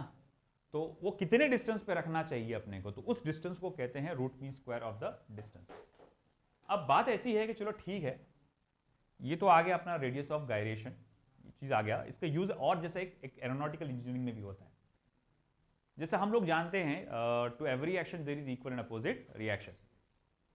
तुमने देखा होगा कि प्लेन जो आते हैं, एक प्रोपेलर ब्लेड की प्लेन आते हैं। प्रोपेलर मालूम है क्या होता है, पंखे लगे थे जिसके सामने से पंखे रहते हैं, वो हवा को पीछे फेंकता। अगर मान लो वो प्लेन वैक्यूम में उड़ने की कोशिश करेगा तो उड़ पाएगा क्या? अगर वो प्लेन वैक्यूम में उड़ने की कोशिश करेगा, उड़ पाएगा? कई बार तुमने देखा होगा प्लेन में स्टॉल आता है, स्टॉल करके इफेक्ट आता, ट्रैवल करते करते करते अचानक से प्लेन नीचे आ जाता है ना। अभी जस्ट रिसेंट में मेरे जो one of the best friend doctor जो मैंने बताया था बीच में, एमडी डॉक्टर है अभी फिलहाल वो, तो मेरी जो बात हुई थी उनसे बता रहे थे वो कि वो जस्ट रायपुर से सूरत जा रहे थे, कुछ ऐसा था कहीं तो भी। तो बोले हवा में ही 3 बार ऐसा प्लेन नीचे आया एकदम तेजी से, है ना, 30-40 फुट नीचे एकदम धीरे से। तो उसमें क्या हुआ, क्यों आया ऐसा मालूम क्या? क्योंकि वो बोले भैया हवा का दबाव, क्वांटिटी वहां बोलेंगे इसकी, जो हुआ कम हो गई थी। तो आपके प्लेन को उड़ने के लिए हवा भी जरूरी है, खींचता है वो हवा को और फेंकता है। तो ऐसा है कि उसके लिए ब्लेड्स डिजाइन की जाती है इसके अंदर। अब ऐसा है वो ब्लेड्स को बराबर, ऐसा नहीं कि अपने उठे के सूठे कोई भी बना लेता है ना, वजन के हिसाब से, प्लेन के वजन के हिसाब से, पैसेंजर के वजन के हिसाब से हर एक ब्लेड जो रहती है प्रोपेलर की, उसका एक पर्टिकुलर डायमेंशन होता है ना, कि इसका डायमेंशन ऐसा होना चाहिए, इसकी लंबाई इतनी होना चाहिए, इसकी चौड़ाई इतनी होना चाहिए, इसका स्ट्रेंथ इतना इतना होना चाहिए, सारी चीजें। अब ऐसा है कि मोमेंट ऑफ इनर्शिया क्या होता है कि अपोजिशन, कोई चीज घूमने की कोशिश कर रही है और वो उसको क्या कर रहा है, अपोज कर रहा है। तो वैसे ही जो हवा होता है वो उसको क्या करता है, अपोज करता है, और वो उसी अपोजिशन का इस्तेमाल करके वो ब्लेड क्या करता है, हवा को पीछे फेंकता है वो, और वो आगे बढ़ता है। अब ऐसा है कि मान लो कि मैंने एक देखा कि प्रोपेलर ब्लेड है एक, कहा जाएगा किसी प्लेन का, कुछ इस डिजाइन से, और कुछ इस तरह से भी आपको नजर आएगा।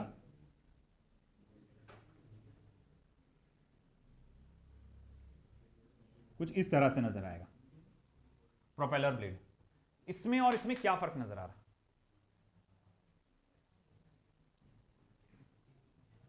इसके डिजाइन में और इसके डिजाइन में क्या फर्क नजर आ रहा? टाइम क्या हुआ?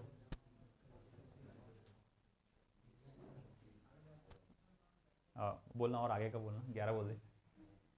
प्रोपेलर ब्लेड इसके डिजाइन में और उसके डिजाइन में क्या फर्क आ रहा? हाँ बस हो गया, 1 मिनट। ये इसका डिस्ट्रीब्यूशन ऑफ मास दूर तक है, देखो इसमें मास दूर तक है फैला हुआ है ना, और इसमें मास नजदीक नजदीक है।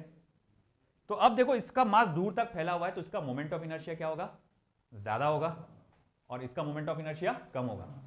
इस ब्लेड की खासियत यह रहेगी कि प्लेन तेजी से आगे बढ़ेगा, है ना, और इस प्रोपेलर ब्लेड की खासियत यह रहेगी कि ब्लेड, जो खासियत तो नहीं बोले, खामी भी रहेगी कि भैया आपका जो प्लेन है धीरे धीरे जाएगा। मगर खास बात यह है कि इसकी स्ट्रेंथ ज्यादा है, ये ज्यादा टिकाऊ है, और इसकी स्ट्रेंथ कम है ना। वही भैया ये बहुत जल्दी क्या हो जाएगा? टूट सकता है। अब ऐसा है कि भैया मैंने बोला कि भाई ठीक है, आपने ये क्या करे, मान लो इस टाइप का आपने ब्लेड डिजाइन किया था एज एन एरोनॉटिकल इंजीनियर, और आपसे कहा गया कि भैया अब एक काम करो, है ना, आपको थोड़ा सा ड्रैग फोर्स बढ़ाना है, यानी हवा को तेजी से खींचे। तो बोले क्या कर सकते? तो बोले मोमेंट ऑफ इनर्शिया बढ़ना चाहिए, मोमेंट ऑफ इनर्शिया बढ़ना चाहिए। अब आपको मालूम है मोमेंट ऑफ इनर्शिया बढ़ाने के 2 तरीके, एक तो मास बढ़ा दो, या फिर डिस्टेंस ऑफ, है ना, पार्टिकल को दूर दूर कर डालो। अब एक नया इंजीनियर आया, एरोनॉटिकल इंजीनियर, जोश में मैंने बोला भैया मुझे ड्रैग फोर्स बढ़ाना है इसका, है ना, हवा को तेजी से पकड़ के खींचे खींचे, अब बताओ भैया कैसे करेंगे? तो भैया ऐसा है कि उसने सोचा अच्छा ठीक है, आपको ड्रैग फोर्स बढ़ाने का तो मोमेंट ऑफ इनर्शिया बढ़ाना पड़ेगा, और उसने कहा कि अगर मोमेंट ऑफ इनर्शिया बढ़ाना है तो आपको मास ऑफ ईच पार्टिकल बढ़ाना पड़ेगा। तो बोले एक काम करता सर, बोले मैं भैया यहाँ पर है ना बहुत मोटे लोहे का इस्तेमाल करता, है ना, मोमेंट ऑफ इनर्शिया बढ़ जाएगा। पता चला कि उड़ते उड़ते साला पंखा अपने वजन से नीचे गिर गया, है कि नहीं? क्यों भैया? तूने ड्रैग फोर्स बढ़ाने के लिए क्या करा? मास बढ़ाया, नो डाउट स्पीड बढ़ी, शुरू में बहुत अच्छी स्पीड बढ़ गई, मगर इतना भारी था वो पंखा कि अपनी वजन से नीचे गिर गया। तो भले भैया ये गलत हो गया। तो फिर अपन बोलेंगे कि भैया वो जिसने तुमको ऑर्डर दिया, तुमने क्या बोले उसको? बोले मोमेंट ऑफ इनर्शिया बढ़ाओ। तो वो मोमेंट ऑफ इनर्शिया दोनों तरीके से बढ़ा सकता, मास बढ़ाकर भी, डिस्टेंस को दूर दूर करके भी। तो वो गलती बोलने वाले की भी है। अगर वो बोलता कि उसका रेडियस ऑफ गायरेशन बढ़ाओ, क्या बढ़ाओ? रेडियस ऑफ गायरेशन या डिस्ट्रीब्यूशन ऑफ मास को दूर दूर फैला दो, है ना, तो भैया अब उसको समझ में आता भैया सिर्फ रेडियस ऑफ गायरेशन बढ़ाना है, मतलब मास को दूर दूर फैलाना है। तो वो थोड़ा सा कुछ ऐसा डिजाइन बना देगा, यहां से डिजाइन उसको ऐसा कर देगा, जिसके कारण क्या होगा, अब थोड़ा जल्दी स्पीड से आगे बढ़ेगा। ठीक है, तो बाकी की देखेंगे उसके बाद में। टाइम बहुत हो गया, बहुत टाइम हो गया